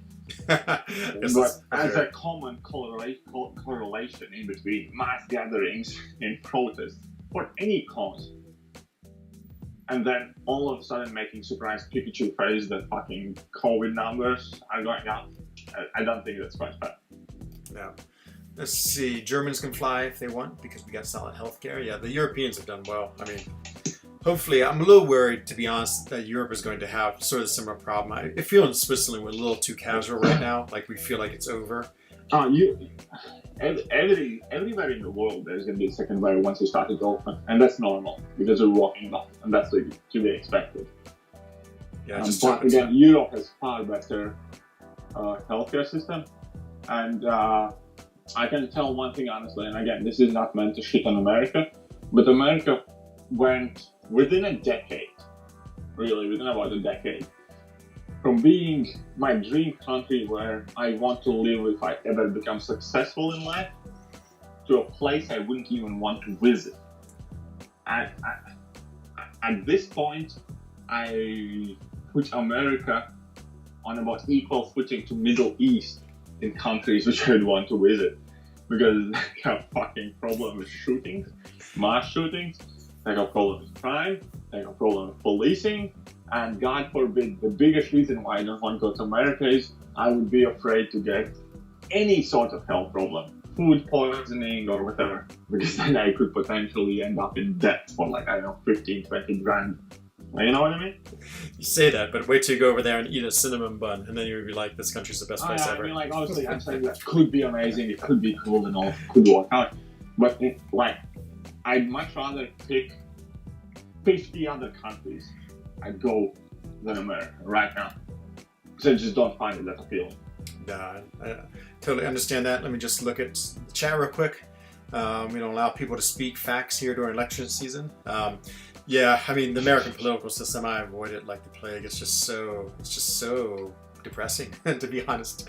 I find it funny with Americans how all of their comedy and late night shows are extremely left, but they never admit to be left. But 80% of their content is shitting on Republicans or Trump.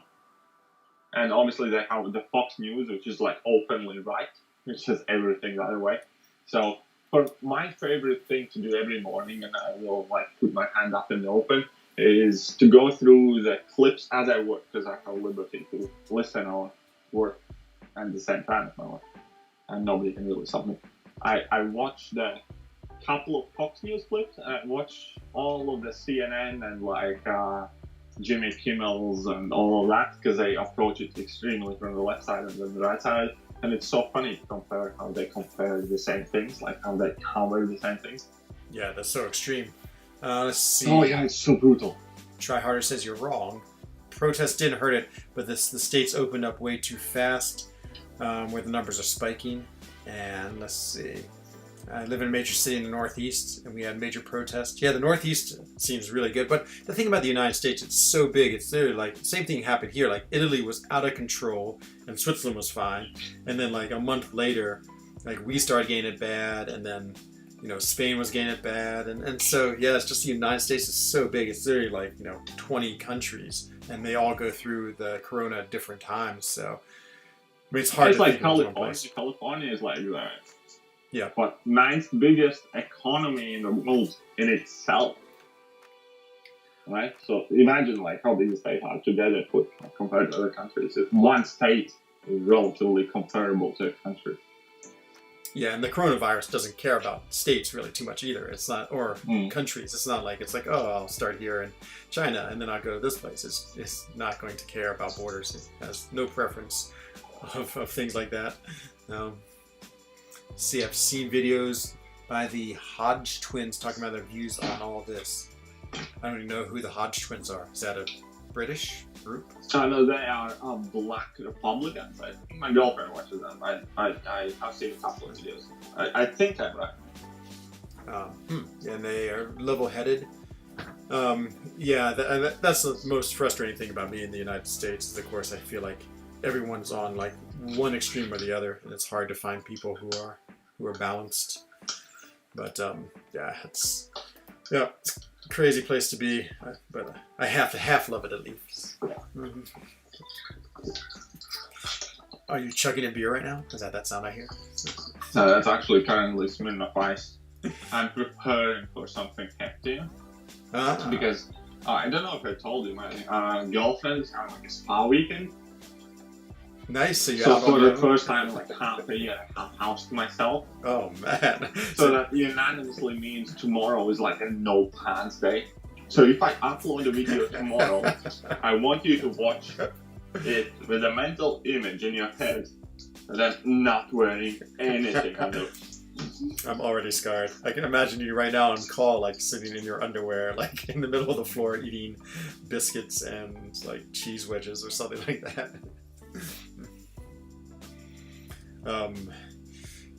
Man, the spa weekend sounds great. You should currently I'm still dressed. Just FYI. Hooray. Hooray. It makes me so happy. Trying to think. Let's talk about something about MCOC. How do you feel about the game right now? Like, I feel like you were having like, what you call it, having thoughts that you weren't as happy about it. You still feel like it's moving in the right direction, or you think all these things are just too frustrating, all the issues they've been having, or do you think it's not their fault? Actually, like I uploaded a video saying like I generally.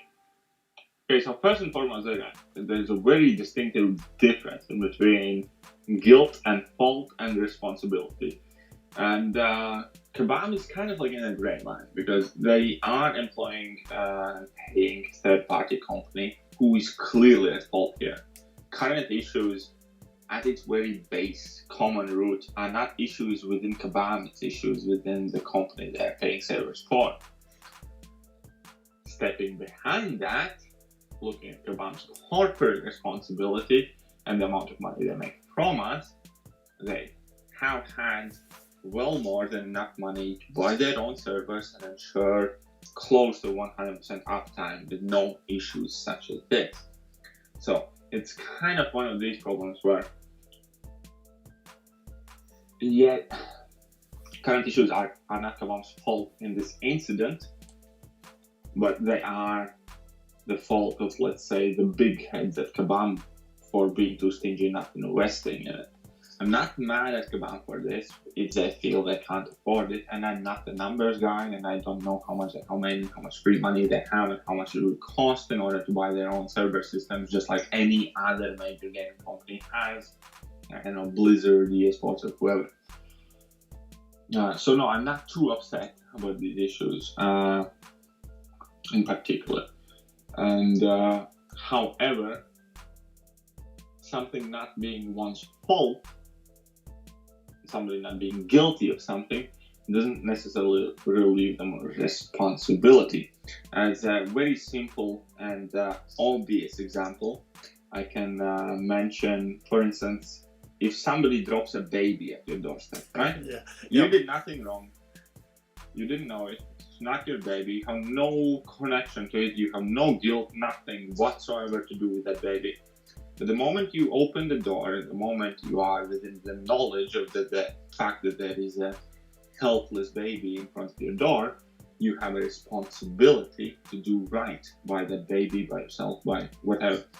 And you have a responsibility to take care of the baby or make sure that he gets taken care of, as in like make call to authorities, try and find his parents if he can't, make sure that he's handled properly or whatever, right? So at that point you have responsibility upon you.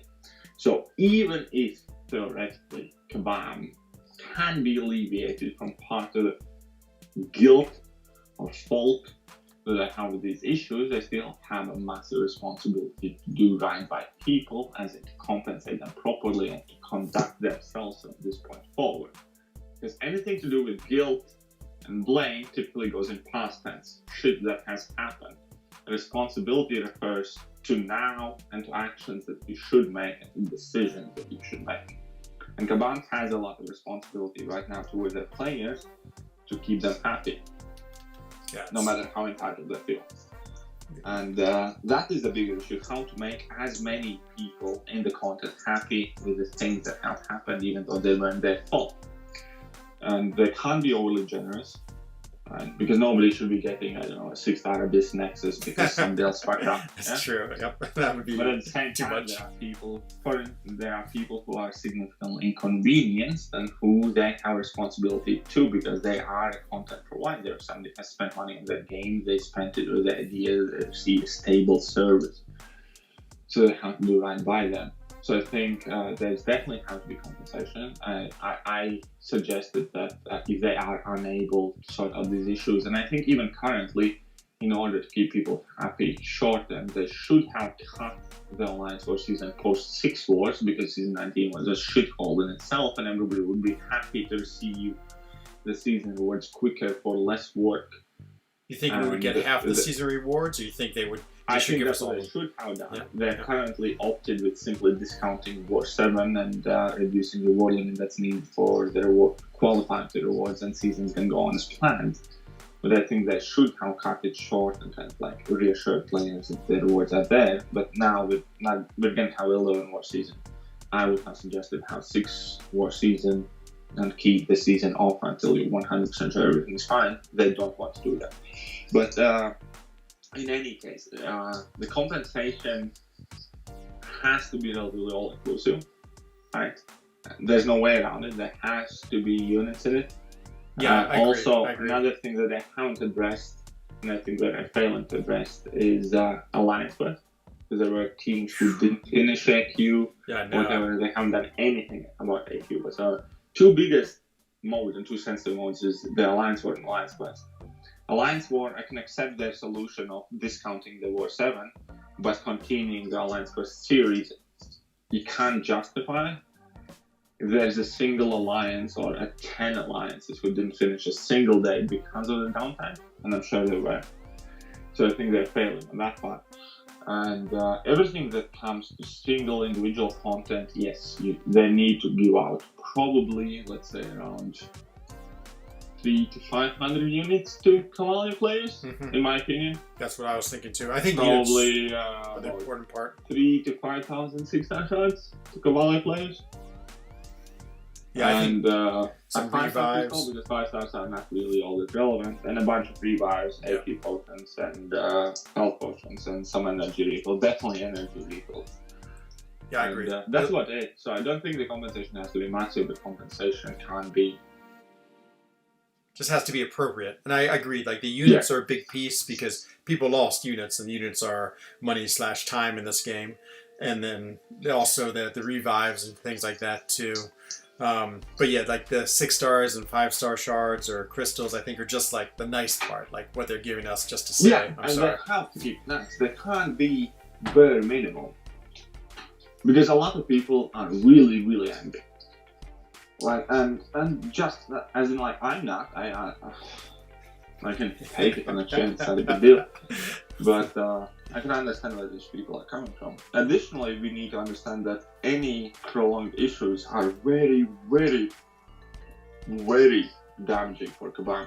Yeah, I know. Because not only they make people leave, not only they make people spend less, but for any single hour the game has issues, or let's say half a day the game has issues, they lose potential new players, because anybody who downloads the game that doesn't work and doesn't know what it's about is going to just delete the game. Yeah, like if I were to have downloaded Final Fantasy Champions for the first time in my life 2 days ago, and within my first 3 days, it would have 7 emergency maintenances. That's not the game I would play. Yeah, no, absolutely. And that would go for most of the people. So it's most damaging for Kabam itself in the game world, and for the people that have lost. Let me just say hello to Yipman26. Sorry, you came all on time and said hello. Hello to you. And Don Muhammad, you're streaming. You're still going? Yeah, I know I have KT1 on stream, and I figured might as well hang out with him. I'm actually a very interesting person to talk to. You are, my friend. You have a great insight on things. I love your videos, and I love talking to you too. I'm much smarter than I look. I don't know. You look fairly smart. You got, that's those glasses. Despite decades of alcoholism. Exactly. We gotta get you off that alcohol. No more alcohol and cigarettes for you, my friend. That should be your 30th year resolution. Is that right? Yes. No, here's the thing. Alcohol is needed to keep the world running. Boo. Overly using alcohol. For instance, I don't drink often. Yeah? And I don't drink much. Especially like within recent 5 years, I typically go out like on a crazy bender like once or twice a year. And then I have like on an average week maybe like 2 beers or something like that. 2 beers, that's so much. That's not a lot. That's not a lot. But when there are benefits to the negatives. No benefits. And modern day problem at large is the fact that we have conquered as human race being food. Yeah? Compared to 500 years ago, we all have so much more stuff. Having stuff or having food at large is not the humanity's problem anymore. Yeah? Anybody who lives in relatively average, decent country can feed themselves, probably has a flat screen telly and probably has a smartphone. Yeah, so you have more than your ancestors could have ever dreamed of. You have access to more information. You have better life comfort than anybody who has ever come before you, statistically. True. Let me just say hello to problem is the mental problem, social media, and we are most damaged as humans have ever been. That's a dramatic statement. Dramatic, my friend. Let me just say it's not dramatic, it's factually accurate. Your grandparent had a shit day or somebody called him a cunt. He dealt with it, right? It wasn't a big issue. Yeah. Today, if somebody disagrees with you, they gang up on you on Twitter, and then all of a sudden 500,000 people fucking trying to cancel you, hunting you, or insulting you. There's cyberbullying. You're eating up, like, I don't know, people ganging up on you or trying to be socially acceptable. Go on Facebook. Look at the Facebook pictures. Everybody posts their positive, therefore you get an impression that your life is worse than everybody else's because you see their beautiful holiday, somebody's getting engaged, and you go on television, somebody's getting a new Lamborghini for their birthday at 16, and somebody's getting paid $2 million for inventing a CDR, right? You're all the time made feel inadequate, and therefore there have never been more self-conscious generation than today. Maybe. And emotionally scarred. But I also feel like the amount of information is nice because problem. I don't know, then you're not so dependent on just like, one or two people sources of crave information. Attention, people crave social acceptance, people crave things, people crave self-validation much more than they ever have in history of the world because they have access to much more information. If you lived in a village 50 years ago, you didn't have internet, you didn't have phone, you didn't have nothing, you knew 30 people that were your own age, and you could relatively establish yourself by the house level, by your grades, by everything else. Now you're competing with hundreds of thousands of people, and statistically you are inevitably going to find many more people who are better than you in every single aspect of your life, who are fitter, smarter, richer, more beautiful, whatever than you are, and you are made more to feel more inadequate than you ever have because the ugly, stupid, fat, lazy, retarded people don't post or you don't see them. Oh man! And therefore you ended up comparing yourself comparatively to the top of the top. It's kind of like if your ancestors were only competing in regional competitions and you are only competing in Olympics. You're always going to lose. Maybe. Let me catch up with chat real quick. Man Falcon says 3,000 units. Ooh. Yeah, I don't think anyone would be unhappy. I think that would be more. No, it wouldn't be 3,000. They'd never get 3,000 units. They'll be fucking dumb. They do try to sitting there. balance like what they give with what they think is fair. Only way you're gonna get 3,000 units is if the fucking contest is down for 6 months. Let's see. We got Dreamer back in. What the hell's going on? Yeah, I just decided to do arena in KT1 when to jump on. He's girlfriend free this weekend, so he's gonna hang out with me instead. So, and let's see. Nope, it's your baby. What are you talking about, G? I don't care. I have no doubt it would be way more than warranted. Okay, you think the compensation would be too much? That is the Dreaming aspect. Dreaming my count is my baby, so it's fair trade. Yeah, boy, imagine if the game all of a sudden just stopped tomorrow. I don't know what I'd do with myself. I guess I'd have to find a new hobby, like more running or more biking. See if they give us units, like 200 to 300 is more enough. It seems a little low. I would say 500 units, like maybe like 5 Alliance Crest revives, 5 heals, maybe some other revives and heals. Yeah, 3K would be way too much. Don't listen to idiots then. Yep. As a fat American, thank you for the kick in the butt.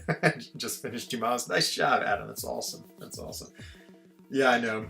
I wish there was a Go on, I said quite smart thing. Nobody commented on it. On what? It was actually emotionally deep.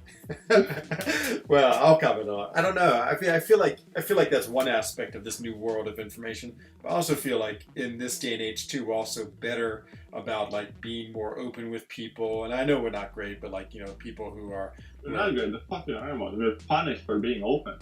Nah, You can't say this, you can't say that, you can't say this. That's good in some aspects, but I think like, you know, people who are It's not good. gay and Censoring lesbian. speech is never good. What is that?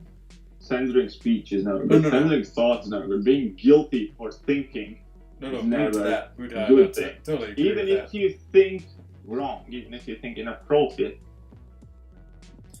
being afraid to express your train of thought and therefore actually being open to change from your bad way Right. is never good. But I think the world has gotten better about that. Like, I think we're more tolerant. We're less tolerant to opinions. We're more tolerant to everything we don't understand, but we have never been less tolerant to difference of opinions. Oh man, sorry. We have never been less tolerant for saying something that's not quote unquote politically correct. People lose jobs, people have their lives destroyed for not thinking the same way everybody else does, or you're supposed to. Every other age before this, you were allowed to have a different opinion and you were allowed to discuss it. Whether you were right or whether you were wrong, you were never guilty or blamed to this extent for having an opinion or making a remark on something. For instance, I don't know, Hamilton, right? It's like the fucking hottest shit in Hollywood. If you are in Hollywood and if you today would dare to, as a Hollywood employee, criticize Hamilton publicly, you would get fucking sacked because everybody was told to love it. You understand? Yeah, we are getting censored by beliefs that are not our own, which we cannot speak out against. Yeah, no, sure. I agree. Let me just change the subject real quick because I saw Dreamin' just posted. So Chelize and Gonzo got to room 16. So we're having a 4 Loki Incursions tournament. And that's amazing. Room 16. Oh man, Dreamin' must be worried because he only got to room 15. Dreamin' only got room 15? Yes. What has been your best like non-item, like non-timeout run in Incursions? I'll be honest, I haven't bothered with Incursions. I don't value them, I don't like them. I find them to be a perversion of the game. I would sort of agree. Like I hadn't really liked them too much until we started doing these tournaments. I like dungeons more. Ah. Because then it was at least actual champions and what champions can do. I understand the fun aspect of trying out these new crazy overpowered nodes and all that shit, but all of the extensive amount of combinations of buffs with combinations of pawns you can find, just I'm a relatively calculated person. I like to think I know what I'm going to face and what I'm going to do against what I face in this game. and incursions is chaos. Because there's too many buffs and too many bad Because combinations. because champions change based on the buffs that you have. You have no control over the buffs that you're going to get offered, and you have no control over the timing of these buffs. Even all of these buffs expire, so you consistently kind of like fluently change your champions. So there are like 9 different buffs. Typically apply to your champions, which end up in millions, I don't know, hundreds of thousands of combinations. Additionally, incursions do not have any class system, they do not have any buff debuff system, they do not have any guidelines of what's going to happen. I can understand people who love the beauty of kind of winging it and stuff like that, and I'm relatively free-minded when it comes to my offensive champions, and like, I'll just go and test it out.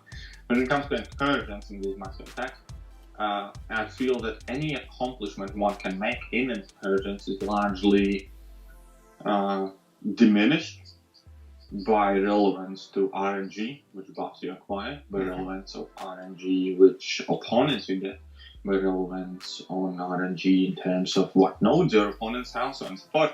So I don't like incursions because, I don't like them. Let me just say hello. I like dungeons much more because at least dungeons gave you set parameters, as in like which class champions are going to be where. Therefore, there were a limited amount of options of who you're going to face. There were also a smaller amount of nodes, so you kind of knew which are the trickiest nodes you have to compete against. Additionally, you did not get any mega ultra thousands of combinations of buffs to combine into your champions. Therefore, you knew how your champions are going to perform at any given fight. Let me say hello to DJ real quick, because it's always one of my long-term people who's popped in. Hello DJ, good to see you. KT1 is a madman, says Don Muhammad. Yeah, I wonder though, I had that same thought you did, KT. What happens if you're allowed to have like the randomizers like they had in the Modoc lab? Like you could re-roll it a few times. I know you'd still have the chance of getting bad RNG, but would that make it any better? Like if you ended up with something that was so horrible, or like they gave you the deleters where you could delete one buff. Like they gave you 3 of those per run of incursions. Well, that would make it more tolerable in my opinion. Especially of how punishing some node combinations could be. Like, if you get a wrong boss at end of the map with wrong nodes, your run's over, effectively. Yeah? Yep, exactly. That's what happened to Legacy and DT. They had like a Nick Fury with like spiked armor, prove yourself, like villains only power gain. It was like crazy. Yeah, exactly. And because of reasons like that, in addition to the rest of the stuff that I explained, I don't appreciate incursions as a measure of skill or accomplishment. I appreciate incursions, so if somebody wants to goof off, let them go and goof off. But it's not something that I would consider a tournament environment or anything like that. But I think you're talking about the difference between like chess and backgammon. Like chess is absolutely pure skill. Like always the most skilled person will win, mostly because of course it's like there's no randomness. But like backgammon is a game where like even if you play perfectly, you could roll terribly and still lose to someone who is less skilled. I guess it depends on what do you want. Like I sort of like the backgammonness of games because yeah, sometimes you get. Oh yeah, but here's the thing. Like I would never want to. And if Marvel Console Champions in essence would be a game where nothing I do matters, I wouldn't play. Which is also why I have a lot of issues with where Marvel Console Champions was headed. Because none of the content you can complete matters as much as how you spend. And that's a direct result of Kabam not allowing 6-star arenas, but only selling 6 stars in Kamala crystals. With Kabam not allowing us to target specific champions outside of Kamala crystals. With Kabam not offering signature stones even at a moderate level for 6 stars, where prestige matters, so on and so forth. And that has been the biggest source of my gripe, because I've always been a relatively skillful player who completes all the content and does it well for relatively less it would cost somebody else. But today, and let's say in 2019, it literally didn't fucking matter what content you did or did not complete or how well you did it, as much as it mattered which offers you did or did not buy. And that is my biggest problem in the game currently. Does Brian Grant like negate a lot of that argument right there because he's the person? No, look at Brian's prestige. Look at Brian's roster. he hasn't fucking started a base. He doesn't have Aegon. He doesn't have half of the champions Right. he would. He still doesn't have fucking Ghost. He doesn't have Duke Aegon. He doesn't know whatever the fuck he does. Right. His prestige is grand and a half lower, and that's an impact of a single year of what I described him. Because up until Kowal, like, look at the Brian Grant argument. Why did he leave for Lucky first in first place? Why did he fall behind? Brian Grant was like within, let's say, top 500 biggest profile or top 200 or 300 biggest profile accounts. Since Kowalius came out, he dropped down like 5, 6, 7, 800 positions just because he wasn't able to spend. So just because his account isn't like a newcomer's account, just because it's not pathetically bad, doesn't mean it's not significantly worse than yours. Right. Even though his playability, and like again, not a single dig at you, you're far worse player by comparison than he is. Accept that. Accept the hard truth. and here is where the game has shifted. Your account is infinitely better, and no matter what Brian Grant does or what content he completes, he's not gonna get into a fucking sniffing position of your asshole of a prestige. Right, that's true. That the prestige is like the one piece. It's not just the prestige, it's also the 6-star amount, 6-star champion. Not even just the amount. Nobody needs 150 6-stars. You need 20 or 10 or 15 6-stars that are good. How many good 6-stars he has? How many 6-stars he has he wants to take rank 3, even if he had all the catalysts in the world, which he doesn't because he didn't buy them? How many rank 3 champions he has? And how many you do? I think it's 0 to 6 right now. Yeah, exactly. Do you have any catalysts left over? Do you have any other champions that would quote unquote be considered worthy of taking up? Oh yeah, absolutely. A bunch. And that is all of the difference paying. Right. That's true. Dreamin' agrees with you. How vastly this differences grew within a year. Up Um, until about a year and a half ago, you were more or less able to keep up on the verge of top excellence because the content you fought against mattered, because completing Act 5 for everyone gave the first rank 5-star because you were not otherwise able to purchase those catalysts because it was a single source of first rank 5 champion for everyone. yeah, no, I agree. I agree there. It has shifted since. There definitely was dramatically. a big jump between what you could do if you paid and what you couldn't do. So don't whiz this Brian Grant argument ever. And also assume the fact that Brian Grant is somebody who does this for a living, let alone capable working class, right. low budget player or whatever. Yeah, obviously. Somebody who has the ability to dedicate majority of their day to this game. But then Still the can't second even question sniff the amount of your account. would be does it matter? Like, of course, Brian Grant, he won't be able to achieve like the prestige rank I will just because of 6-star stones and the number of champions I have. Or and my rank. account status or champions or whatever. Nothing. But does that make it matter at all? Like, because does he need to be in like the highest level account to enjoy this game and have a great time and have fun? Like, why would it matter that people who pay a lot have such a significant advantage and can be in the very top compared to those who choose not to? Because we still have the same challenge. Like, there's still hard content to get through. There's still No, it's not saying you don't have remotely the same challenge. His challenge is to defeat the champions he has and he has had access to. Your challenge is to be the content with every single champion in the game that you have chose to rank up. There's a huge difference in between accessibility and options. Additionally, up until a year and a half ago, this game at least posed to be free to play, right?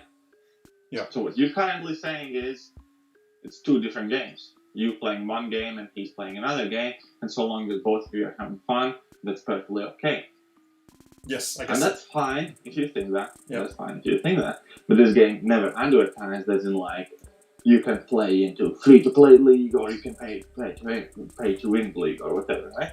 Point of this game was that Brian Grant up until a year and a half ago proved to everybody that even free-to-play with significantly more challenges and more dedicated time and skill and thought and whatever was able to keep up. Yeah. Well, I do feel bad. First or whatever, he was able to be up there. No, I agree, and I do feel bad that the game has changed in that way that people who are And it does matter. free to play. Because it signals significant shift of what this game is. And again, point being is, I could have basically not played this game at all within last year, not do what Act 6 100%, not explore Abyss, but purchase every single order and get every new single 6-star from Kowalski. Basically, I don't know, wash loads of money. So basically, don't play this game, but pay for this game, and I would be further off than somebody who does everything in this game perfectly can. Yeah. Like, understand? And that is a critical difference. Let me just say hello to Carl, who's coming here. Hello, Carl. Welcome to the stream. Just talking with KT1 here, having talks about life, game, Europe, and politics. Also, Exactly. It's a whole... and fat people. Don't forget Fat people, that's true. We're also talking about fat people. Yeah, a little of that too. I know I'm up late. I did take a huge nap when I got home today, so yeah, and it was fun talking to KT1. RNG cannot be helped. Well, so this is the thing I feel like the game protects, and I know this won't totally solve the problem, but I think the game protects people through crazy RNG. Like, for instance, myself, like, there's not many 6-star champions I could get without spending, like, an inordinate amount of money, like more money than even I would be willing to spend. I mean, I know I get a lot of shards, and I get much more opportunities to open them, but boy, the randomness to get a 6-star character right now is so crazily low, and since you can't grind for them in Arena, I mean, yeah, of course the 3 July deals make up. Exactly. The bigger the randomness, the bigger the price tag. But they also haven't really opened it up that much because, I mean, yes, like I don't know if I'll ever have a 6-star Corvus. I just can't get him in. Well, that's the thing is because he has a very, very high price tag. At the same time, you know, if you spent enough, you would, no matter what. The moment 6-star Chorus Cavalry crystals appear in the store, you know for a fact, if you didn't stop spinning, popping, whatever those crystals, you would eventually get 6-star Corvus. True, yeah. And that is the only way in this game how you can make sure of it. It's true, but it keeps... Assuming infinite amount of money is the only way how you can ensure you're going to get that 6-star Corvus. That's true. But like, you know, people like yourself or Dreamin', or, I mean, I'm sure of a greater example, I mean, people who spend and probably spend a fair bit, but also still have like very different champions and characters and rank ups and all these things. I mean, I still think there's a lot of flexibility in this game. I agree. There is, without doubt, but at the same time, a lot of the most of the flexibility is bought, not earned. Think about it this way: how many 6-star crystals or 6-star champions you have earned by completing variants, by completing labyrinth, by completing abyss, by completing Act 6, everything that this game has ever thrown at you. Yeah. How many out of the 6-star champions that you have had, you have earned, and how many you have purchased? That's a good question. I would bet 25 or 20% or 25%. Whatever. It will be 20% at most. Okay. Yeah, For that's me, what I would have guessed. No, actually, for me, it's about 20-30%. For you, it will be less. It will be like 10%. Okay. Yeah, I would agree with that. I think that's true. true. So imagine, for instance, Brian Grant has access to 10% that you have. And no game should be purely skill-based, which Jimmy said. I mean, very, very few games are purely skill-based. I agree with that. And the game always had a pay-to-win component to it. Paying was made things always easier, made maximizing champions easier, and so on and so forth. But it had never had such a dramatic shift into difference. For instance, compare our 6-star rosters. Compare Brian Grant's 6-star roster. But let's go with back to the Brian Grant argument, because I want to add a new piece to this. Like, sure. So fair enough. So he hasn't been able to do Abyss or 100% Act 6. Maybe, he has 100% Act 6. He has 100%. Okay. So, but he hasn't done Abyss yet, which is a big step. But once he's done that, which he will do soon. But once he's done that, which he will do soon apparently, then he'll be sort of caught up. Be able to do his first rank 3, even if it's not caught up content-wise, but he's not going to be even remotely close to you prestige-wise or roster-wise or account capability-wise. But he never was. But won't he be close enough that now it's reasonable again once you've done the Abyss? No, he won't. Because I'm trying. Realistically, he has one champion that he wants to take rank 3, which is a main event. Yeah. Yeah. One champion. And his King Group. One. One. He's gonna get how many 6-star shots? What, 50, 60, 40, 70,000, right? Yeah. Statistically, out of 10 6 star crystals you open, you get 1, let's say, god tier pull, or 1. Yeah, out of 10 6 stars you typically acquire on your account, 1 of them is going to be what you need, what helps you. So at best scenario, let's say he defies all odds. Yeah. He's going to get to 5, which would matter for prestige. Yeah. Mm-hmm. He's going to be able to take out what? 2, 3 say, yeah. of them 2 or 3 within the next 3 months, 4 months. Yeah. Yep. But then by he's that getting. time you're going to be at 8 or 10. That's true, but they're not going to help me too much because my prestige, They prestige will. sort of caps Why out. wouldn't they? Well, First because and foremost, you're going to have far more significantly larger choice of rank ups, who to rank up, and you're going to be able to pick the higher prestige champions, versus he's going to have to compromise between prestige and between usability and between whatever other choice. For instance, the one champion he wants to rank up is Omega Knight, whose prestige sucks. But it's sort of the same thing when we were stuck at the top of 10.6k prestige before Doom and Silver Surfer. Oh yeah, eventually he will reach similar point to you where you have 50 rank 3 champions, because we don't have a rank 4 yet. Yeah. And where he's going to have 20, but he's going to have similar to prestige to you, not same, because he's not going to have access to signature stones, or he's not going to have the choice of these prestige champions. Even at 10.6, that stuck value, when everybody was stuck on the max rank 5 stars, Yep.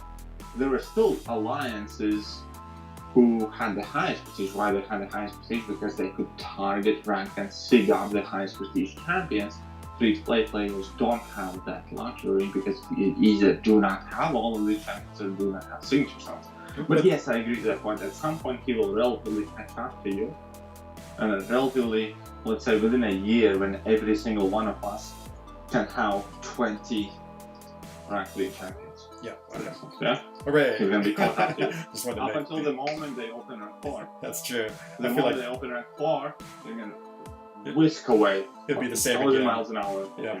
But I think Like you did just now. but it just repeats itself over and over again, though. Yeah, exactly. And free-play eventually can get almost there, but with a huge delay. And the thing that Columbus is doing right now, they are vastly accelerating the speed you can get to the max ceiling of current progression level, and the speed you can earn to the max ceiling without paying. Let me just catch up with chat real quick. So, Dreamin says, I've never gotten a good relevant 6-star from any cap crystal. Dreamin, you just have to open more, my friend. But you have Corvus, you have Guillotine, you have Emma, you have Ghost, you have Nick. I'd say your 6-star luck has been good. Carl says, the only thing that's behind a paywall is prestige.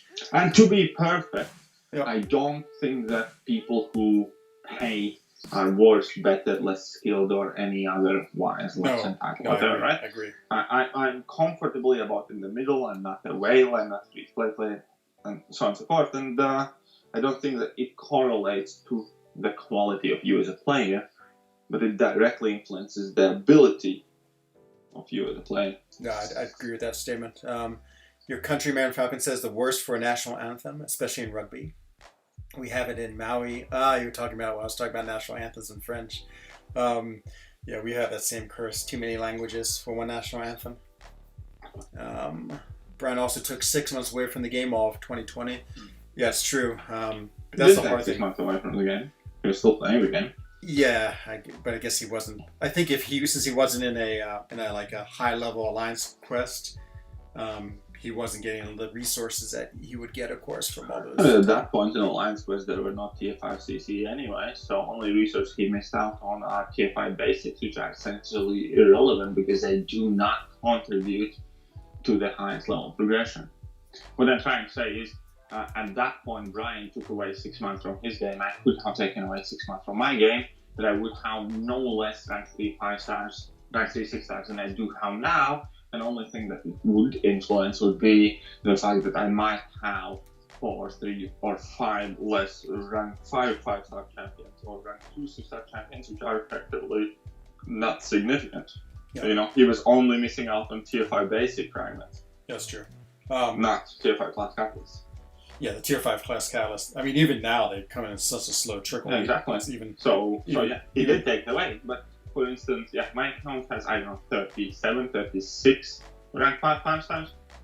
If I had taken time away from my queue, and I did like 3 weeks, not as long as Brian did, but still, the only thing that would change is the fact that I might have had instead of 37 rank 5 stars, for instance. But I think his account depends a lot more on AQ than others, I would guess, just because free to play definitely need that to again things. It constitutes to the fact that you personally, you pointing finger at you, could quit Alliance, stop playing the game, just buy everything, and you'd still be further in your progression than Brian can be. Yeah, no, I agree with that. Let me take a look and see what else is going on in chat. 6 stones are the issue. Yeah, they're amazing. I mean, I feel like that's the one thing I wish free-to-play players 6 stars. Access to. 6 stones. 6 stones. Along with the fact that 6 stars cannot be targeted, and along with the fact that 6 stars can only be bought and not grinded for, is the issue at large. All 3 of those things matter. 04 MCOC says hello. Where are the AW videos? I think I have all my AW videos up there. There should be every war. Didn't do the last war, of course, because we did not play it. Did you watch my drunk AW video? No, I didn't. Is it amazing? Did you go? Whoops. It was like straight after my 30th. I was so wasted and so hangover and still wasted and so incapable. I was dying. And my alliance kind of like didn't give me a path for section 1. Yeah. But for section 2, they gave me a really tricky path. It was like path 7 with that like spite and powerful from afar and aspect of evolution. And then they made me do the joint fight at the end of right side section 2. And then they made me do a mini boss, and I was barely, I was like seeing 2 screens, and I'm pretty sure that I have 0 memory of one of the fights that I had. Oh man, that's why we're going to get you off the drink. And I didn't die. That's true talent right there, or true disease. I'm not sure which. Let's see what's going on in chat. Kabam knows people going to buy deals, whether they're ridiculous or not. Yeah, I think everyone always has a right to not buy things, of course. So I would never blame Kabam for making deals. No, well, here's the difference. Before last year or year and a half, buying stuff got you more nice stuff, effectively. But free-to-play players could have access to more or less or close to the same quality of the stuff. They just couldn't have as many. For instance, let's say 3 years ago, when you were Whale, you had, 80 4-star champions, and when you were not a Whale, you had 40 4-star champions. However, the prestige ceiling was the same, and the things that you could access were relatively the same. Also, the progression levels were always identified by the content completed. For instance, when rank 4 5 stars came out, when you finished 100% exploring Act 4, was the first chance for everyone, no matter how many millions you were prepared to spend, to get to rank 4 5-star champion. And then when Labyrinth came out, if you wanted the second rank 4 5-star champion, you had to complete Labyrinth. If you wanted to get to 4 rank 4 5-star champions, you had to explore the Labyrinth. That was end of. There were no offers selling the highest catalyst at all. Do you think it's a problem that tier 5 class catalyst is so random? Like, it's so hard to get. And so let's say you're even a spender or free to play, like it's just like it used to be like tier 5 basic was what sort of determined whether you could take a character to rank 5 or not as a 5-star. But now with the tier 5 class catalyst being so incredibly random, I feel like that really makes it challenging. Maybe it protects players, but because I can't just rank up all the characters I want. I calculated the odds and the relevance of every single catalyst. Mm-hmm. And basically, currently it's times 36 of the amount of control you have over your account, opposed to what it was before, when basic catalysts were involved. Like you have more control, like less. Where tier 2 alphas were the highest catalyst, yeah. Only thing you had to do was get one good champion, any good champion, yep. Get tier 2 alphas, put it up, and you had it ranked. When tier 5 Bs were the highest progression, only thing you had to do was get one good champion, any good champion, 5-star level, put the catalyst in him and take that.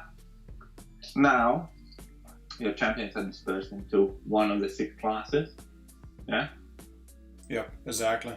Yeah, that's why I think it's hard now, is having the tier 5 CC so random.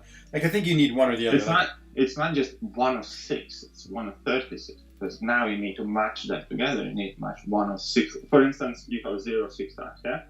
Yes. You were to pull your first 6-star now, so you can get 1 out of 6 random classes, and then you need to match the first tier 5 CC that you get to the same class. The chance of that happening is 1 out of 36. And the same idea of you pull one good champion, or dupe one good champion, which you would invest your tier 5 CC in. Basically, you have 1 of the 6 random classes you have no control over, and then you have again no control over which catalyst you get. So it's 36 times less likely that you're going to have your perfect account scenario with rank 3 6-star progression than you had with your rank 5 5-star progression. So you're going to have 36 times less choice of your account and control of your account compared to what you did up until now, which is again where the paywall comes in significantly, which is why Brian Grant has 1 champion he would be willing to rank up if he gets a mutant tier 5 CC. It is interesting thinking though how Kabam, I mean, it is a smart business model because yes, they have like made it, you can pay to get a big advantage, but even if you pay a lot, your advantage is still like very uncertain. Like I feel like, you know, again, just to even get like a 6-star one specifically and be able to rank 3 them, I mean, it can be pretty unlikely. I mean, yeah, exactly. With 5 stars, it's far more likely. Yeah, exactly. So even for people who spend a lot of money, you still have a lot of uncertainty and nothing guaranteed. Like it'd be different if I could pay 5,000. You can get the guarantee by spending more money. Yeah, it's true, but only, I mean, it's so ridiculous. Like, let's say the Corvus Cavalier Crystal came out tomorrow. You know, I would spend a lot of money to try to get it. I'd probably spend almost as much money as I had to, but it also, I mean, it's almost prohibitive. You just said it, I'd probably spend as much money as I had to. But what happened to me on Doom, I mean, I spent a lot of money and still didn't get them. And I mean, even spending a lot. I come from NY, right? Yeah. And what you said is like, what happened to Doom? And I have seen dozens of people in NY don't stop until they get Doom. Right. So they have access to whatever the fuck they want as long as they have enough money. Let me just say you're welcome to KJ. Oh, that's great. You got 6.3, 100%. That's awesome. Yeah, but I mean, that's like such a small sliver of the population, though. I mean, we're talking like the top, like 1% of 1%, though. And so... Well, yeah, but statistically, again, the people who are likely to get what they want, significantly proportional, like extremely proportional to the amount of money you're willing to spend. But where is that cutoff? Are we talking like, let's say, is that just the top 10 alliances who do that? And if not, I mean, that means there's a huge amount of the game that really isn't then affected by massive amounts of spending. Like, so, and if that's a small acceptable amount for this company to make a lot of money to produce an amazing game, isn't that okay then? That it's just the way it's working. Well, this is a matter of question where is killing 3 people okay to save 50? The question you just asked is purely a question of ethics.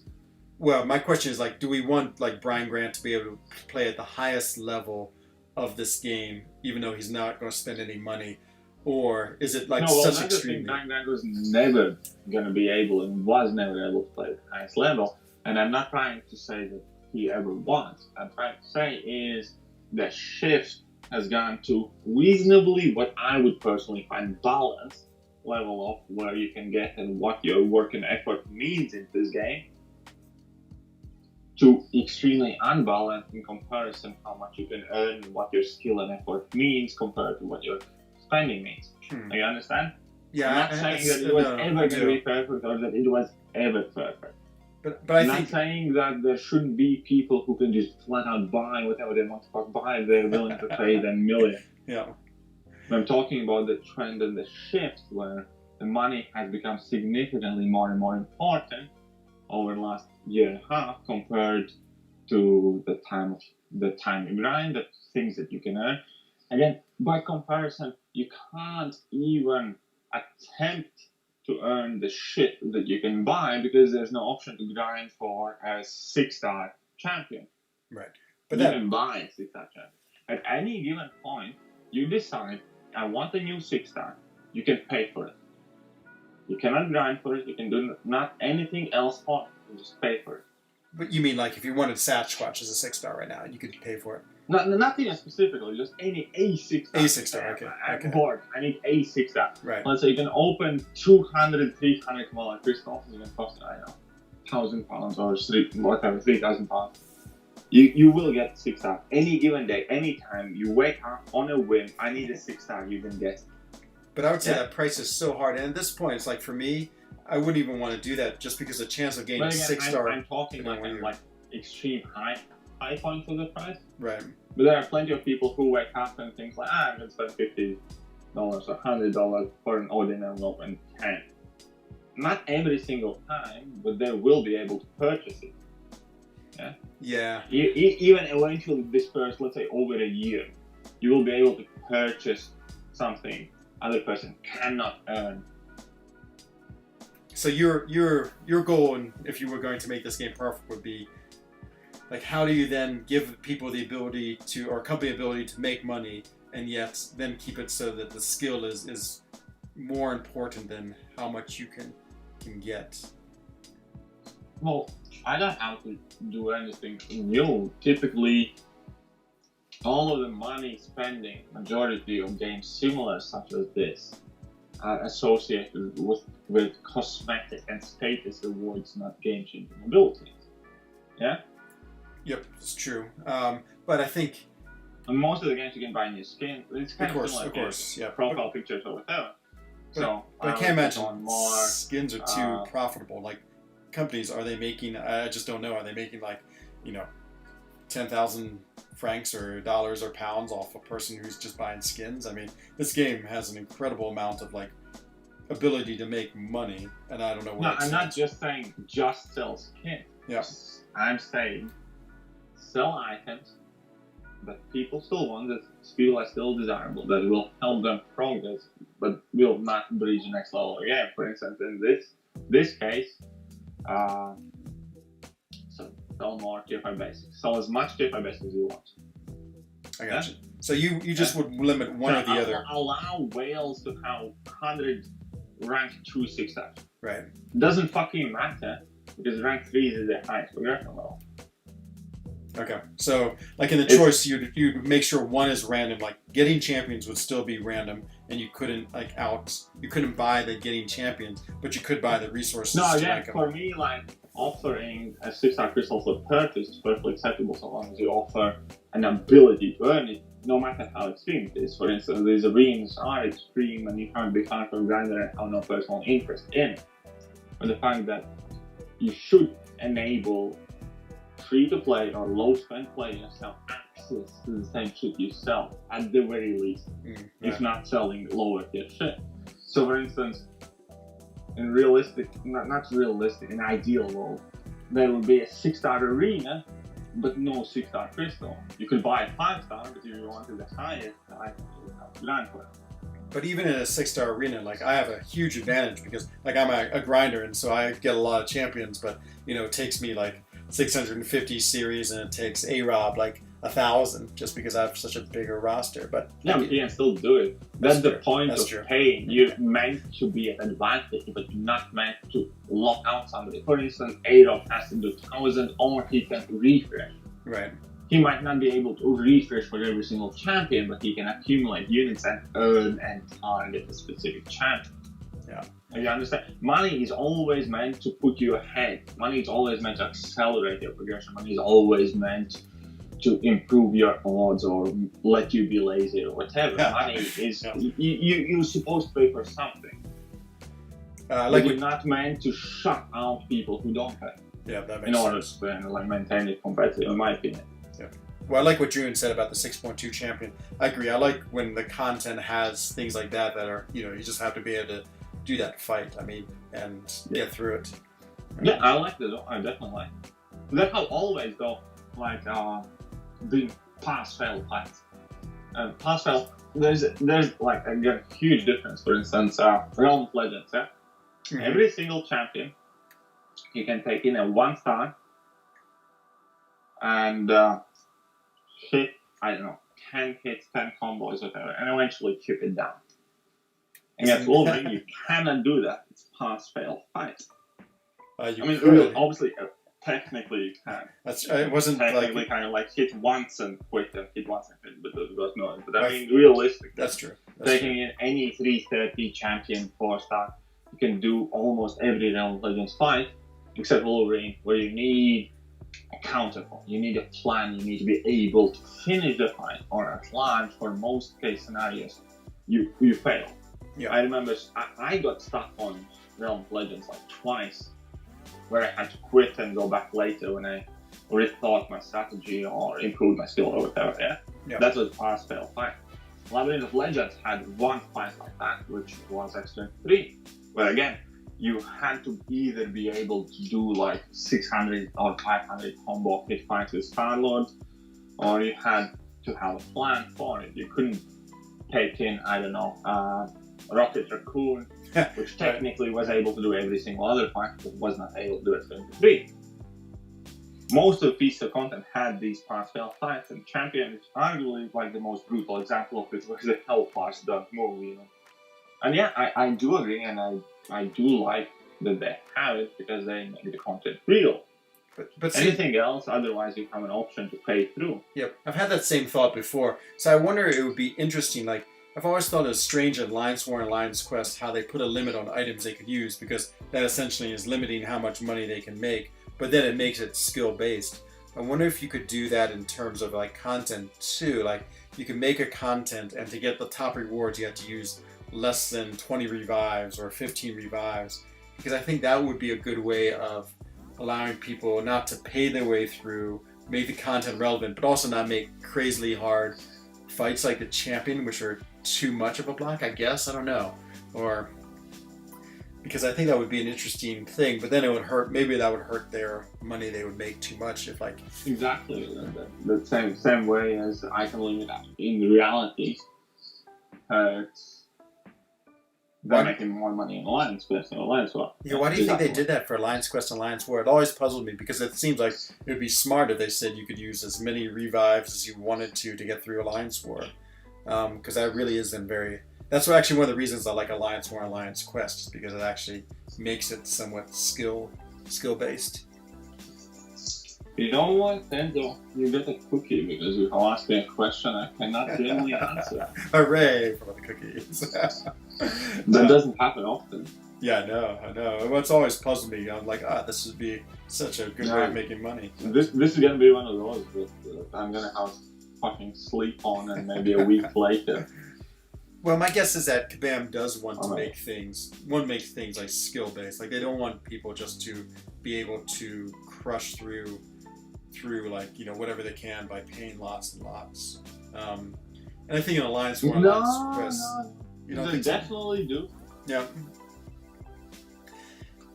Yeah, but then it would make sense to limit it. I guess where they do make you pay more money for more expensive ones because you only have a limited number, so maybe that's how they make money. That is probably the key there.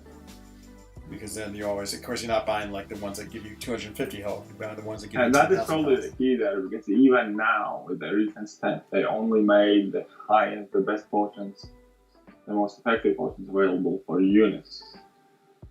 You would think they would have like... You know what I mean? Yeah, that's true. You the would new think they'd have potion more... They made, all of them are just available for units. Do you think Kabam is an incredibly profitable company? Like, are yes. Yes, I think Kabam is extremely profitable company. If you ever want to create your own business, your ideal conditions is offer people nothing aside from your intellectual property, which is what Kabam is doing. There's no physical product, there's nothing tangible, it's all intellectual. Anything that comes out of your head can be sold for the highest profit margin, because effectively costs nothing outside of your living expenses and your education, or whatever. Right. And you understand you don't have any running costs outside of the people working for you, and like the very basic electricity, building, and whatever internet and shit like that. Yeah, that's true. I guess they don't have to ship anything or make a physical Like, product. I think, let me put the best example. No other company outside of, let's say, or outside of entertainment, gaming, and shit like that, companies are able to go, I think I want £100,000. I'm going to release a very good offer that people are guaranteed to buy, but I'm not going to sell them anything. Yeah, that's true. I wonder, do you think like the 3rd July and the Cyber Monday deals have been as detrimental to this game as the like the Cav crystals? No, not close. Okay, because they just happen so infrequently, but they do. It's like amazing the amount of. No, what do they sell? How? Okay, again, highest progression and detriment to the game is a differentiation in between progression levels, and currently the highest progression level it can achieve is around 3-6 stars. Yep. But they give you a fair amount of resources to those and an opportunity to get a lot of 6 stars. They sold in everything you could buy on 4th of July effectively at the very highest cost and comparison was worth less than a single part of this completion, because it was less than a full tier 5 CC. It was like 0.8 or 0.9 tier 5 CC. So no, they sold fuck all. Right. Yeah. I think it's almost 100% when you added up all the percentages, wasn't it? Like 15% to 25, and a few other ones. It was just under it, but close to it. But again, it's just like a completion of partner of it. So effectively, they sold you fuck all. Right. They made it look good. They dressed it up well. Obviously, there were signature stones in Prestige, and there were the 6-star Nexuses, which, for instance, in my example, like everything, I bought everything, and I got nothing for it that helped me. Not a single champion mattered to my account aside from the tier 5 CC that I got, and even the tier 5 CC that I got wasn't like the one that I really wanted. So no, this all fuck all. And so your premise is that it's mostly the Cavalier crystals, which allow you to get a lot of the champions that you want and need in this game, is what's creating. The Cavalier crystals and the sheer amount of tier 5 CCs that sell overall, and the sheer amount of tier 5 CC you can acquire if you're already kind of like up there. And then you get mostly because of prestige and doing a high level alliance quest. Yeah. Pretty much. Yeah. Is it like, what's the, again, best way to compare it here? But ultimately you would want like the Brian Grants of the world to be able to be on an even footing more or less, and then have the amount of money you pay give you some type of advantage, but the advantage is like a reasonable one. Okay, in my ideal world, spending money in this game lets you play the game lavishly, lets you do whatever the fuck you want, lets you have much more rank, lets you have 50 rank 3 6 stars, lets you have everything. Yeah. But in my ideal world, being smart, being educated, making wise decisions, wise ranked decisions, wise content completion decisions, wise matchup fights or planning, you should be able to hang in there. Like, as in my ideal world, free-to-play player should have access to close to the same prestige, maybe not quite as high, and but at the same time, he should have maybe access to have, let's say, 10 rank 3 6 stars at the same time. You can access 50 of them. Yeah, but still, you have to be able to earn your place relatively close. It's kind of an argument. You should be able to live in the same neighborhood, but maybe not have as high, as big as posh house, maybe not as big of a car or whatever, but you should be able to move right next to somebody else, live in a smaller house, drive a more modest car, but still be able to afford it by spending more carefully, by living more carefully. You know what I mean? Yep, no, that makes sense. Like, you both get a car, but the person who spends like it's a Porsche. It's kind of like if you want to live in Hollywood, I should be and spend all the money free-to-play player also should be able to live in Hollywood, should be able to be your neighbor, not drive as nice of a car, not have as nice of a suit. He should be able to be next to you. Do you think the amount of money this game makes is good for the game as far as like how it's been able to progress and the amount of characters it makes every weekend and the amount of content? Or do you think they've really Yes. like Yes, more money.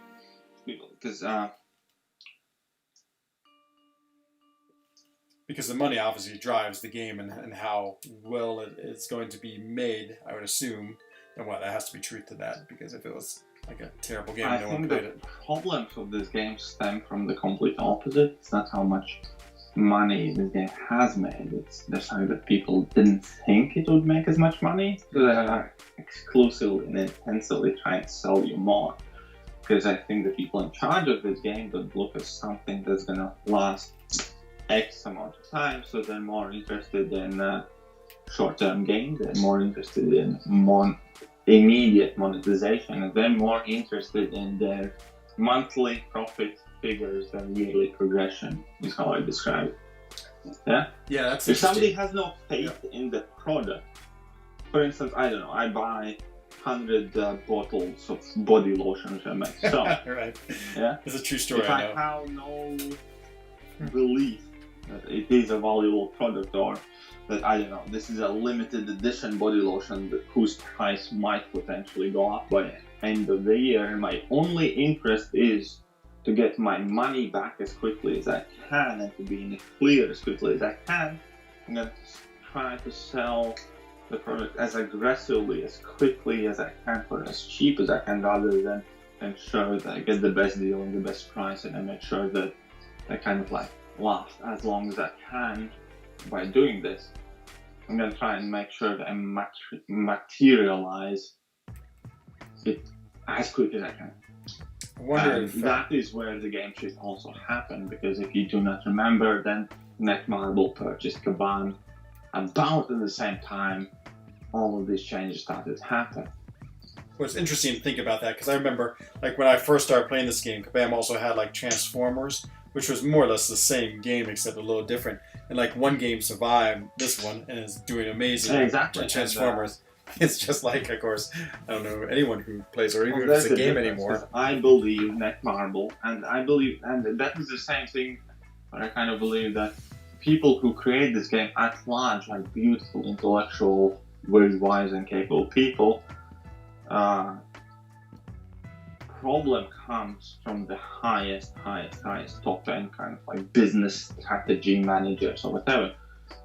It doesn't come from content creators who are making the quest. It comes from people who are telling them to make a quest a certain way. It doesn't come from people who are making the champions. It comes from people who are telling them to tone down a champion because it will do X, Y, Z. You know what I mean? Yeah.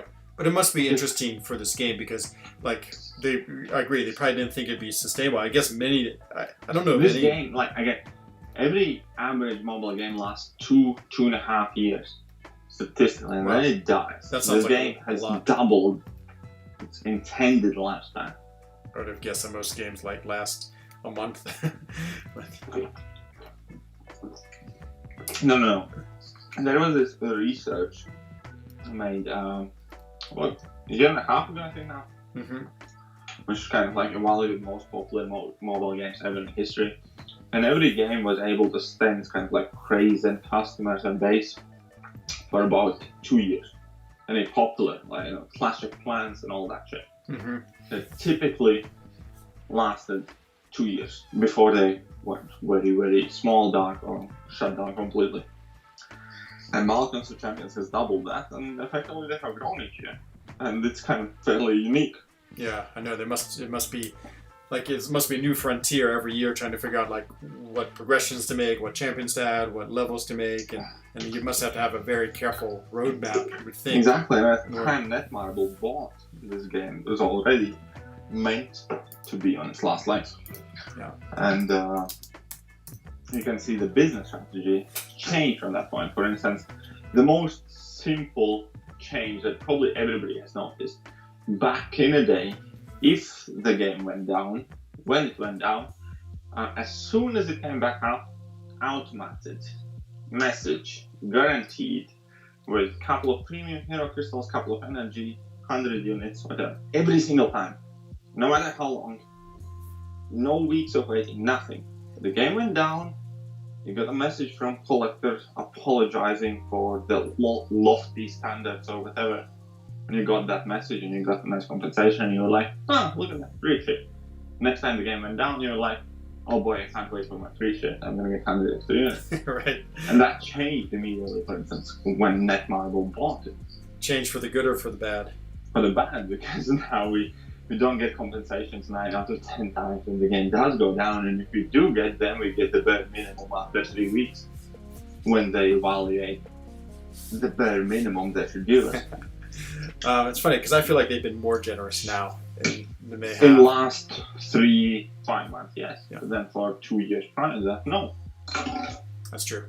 Yeah, they seem to have gone from like one not being being a very simple company, and then one not to being very customer responsive at all. And now, whether it's illusionary or not, I mean, I feel like they are trying to make an effort to like give more feedback and talk to us more and be part of the community and try to make people happier, which is just hopefully a good evolution of where this game is going.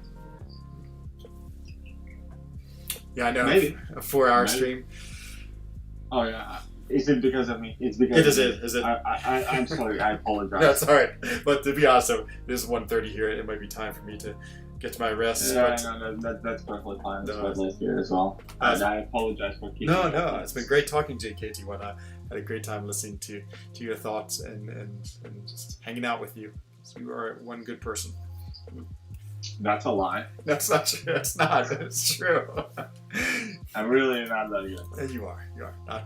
You do a lot of good things, I can tell. Okay, well, I'm going to sign off with you, KT1, and then I'll sign off on my stream. So have a good night, my friend. Hope to see you here soon. So that was KT1 hanging out with us. Is great. A man who has lots of good ideas about the game and lots of thoughts about it. So he reminds me of many people in ForLoki who just think so much about this game and all the different perspectives and pieces of it. It's really, really great to see that. It's hard to believe that like this game we play can have so much like philosophy involved with it, but it's one of the reasons why it's such a fun game to play, and it's a fun community to be part of too. So sorry, chat. I did a very poor job of keeping track of you tonight, and I apologize. It was definitely fun talking to KT1. It always happens when someone comes on live, is that you want to be able to talk with them, and of course then that means you don't talk as much with chat, but you know, I was going to see if anyone else was streaming, but the answer is no. We have reached the official, the MCOC Ghost Hour. Ah, thank you, Loth, for the £5. I appreciate that so much. I mean, I felt you were talking a lot, Loth, in chat, and I wasn't doing a good job of reading it, and so I apologize for that. But I really thank you for the £5. Yeah, it was very nice. It's only because you are old. Nonsense, my friend. It is the zeal for life that I have, or the zest. But of course, as I usually say, I will be back on tomorrow night, 21:30, assuming I wake up by then. It's such a late night. As always, please stay healthy, happy, and same for your family, same for your friends, and look forward to seeing everyone very soon again. This is Enzo Hagen of the Alliance for Loki, wishing everyone a bonne nuit, gute Nacht, and good evening. Bye-bye.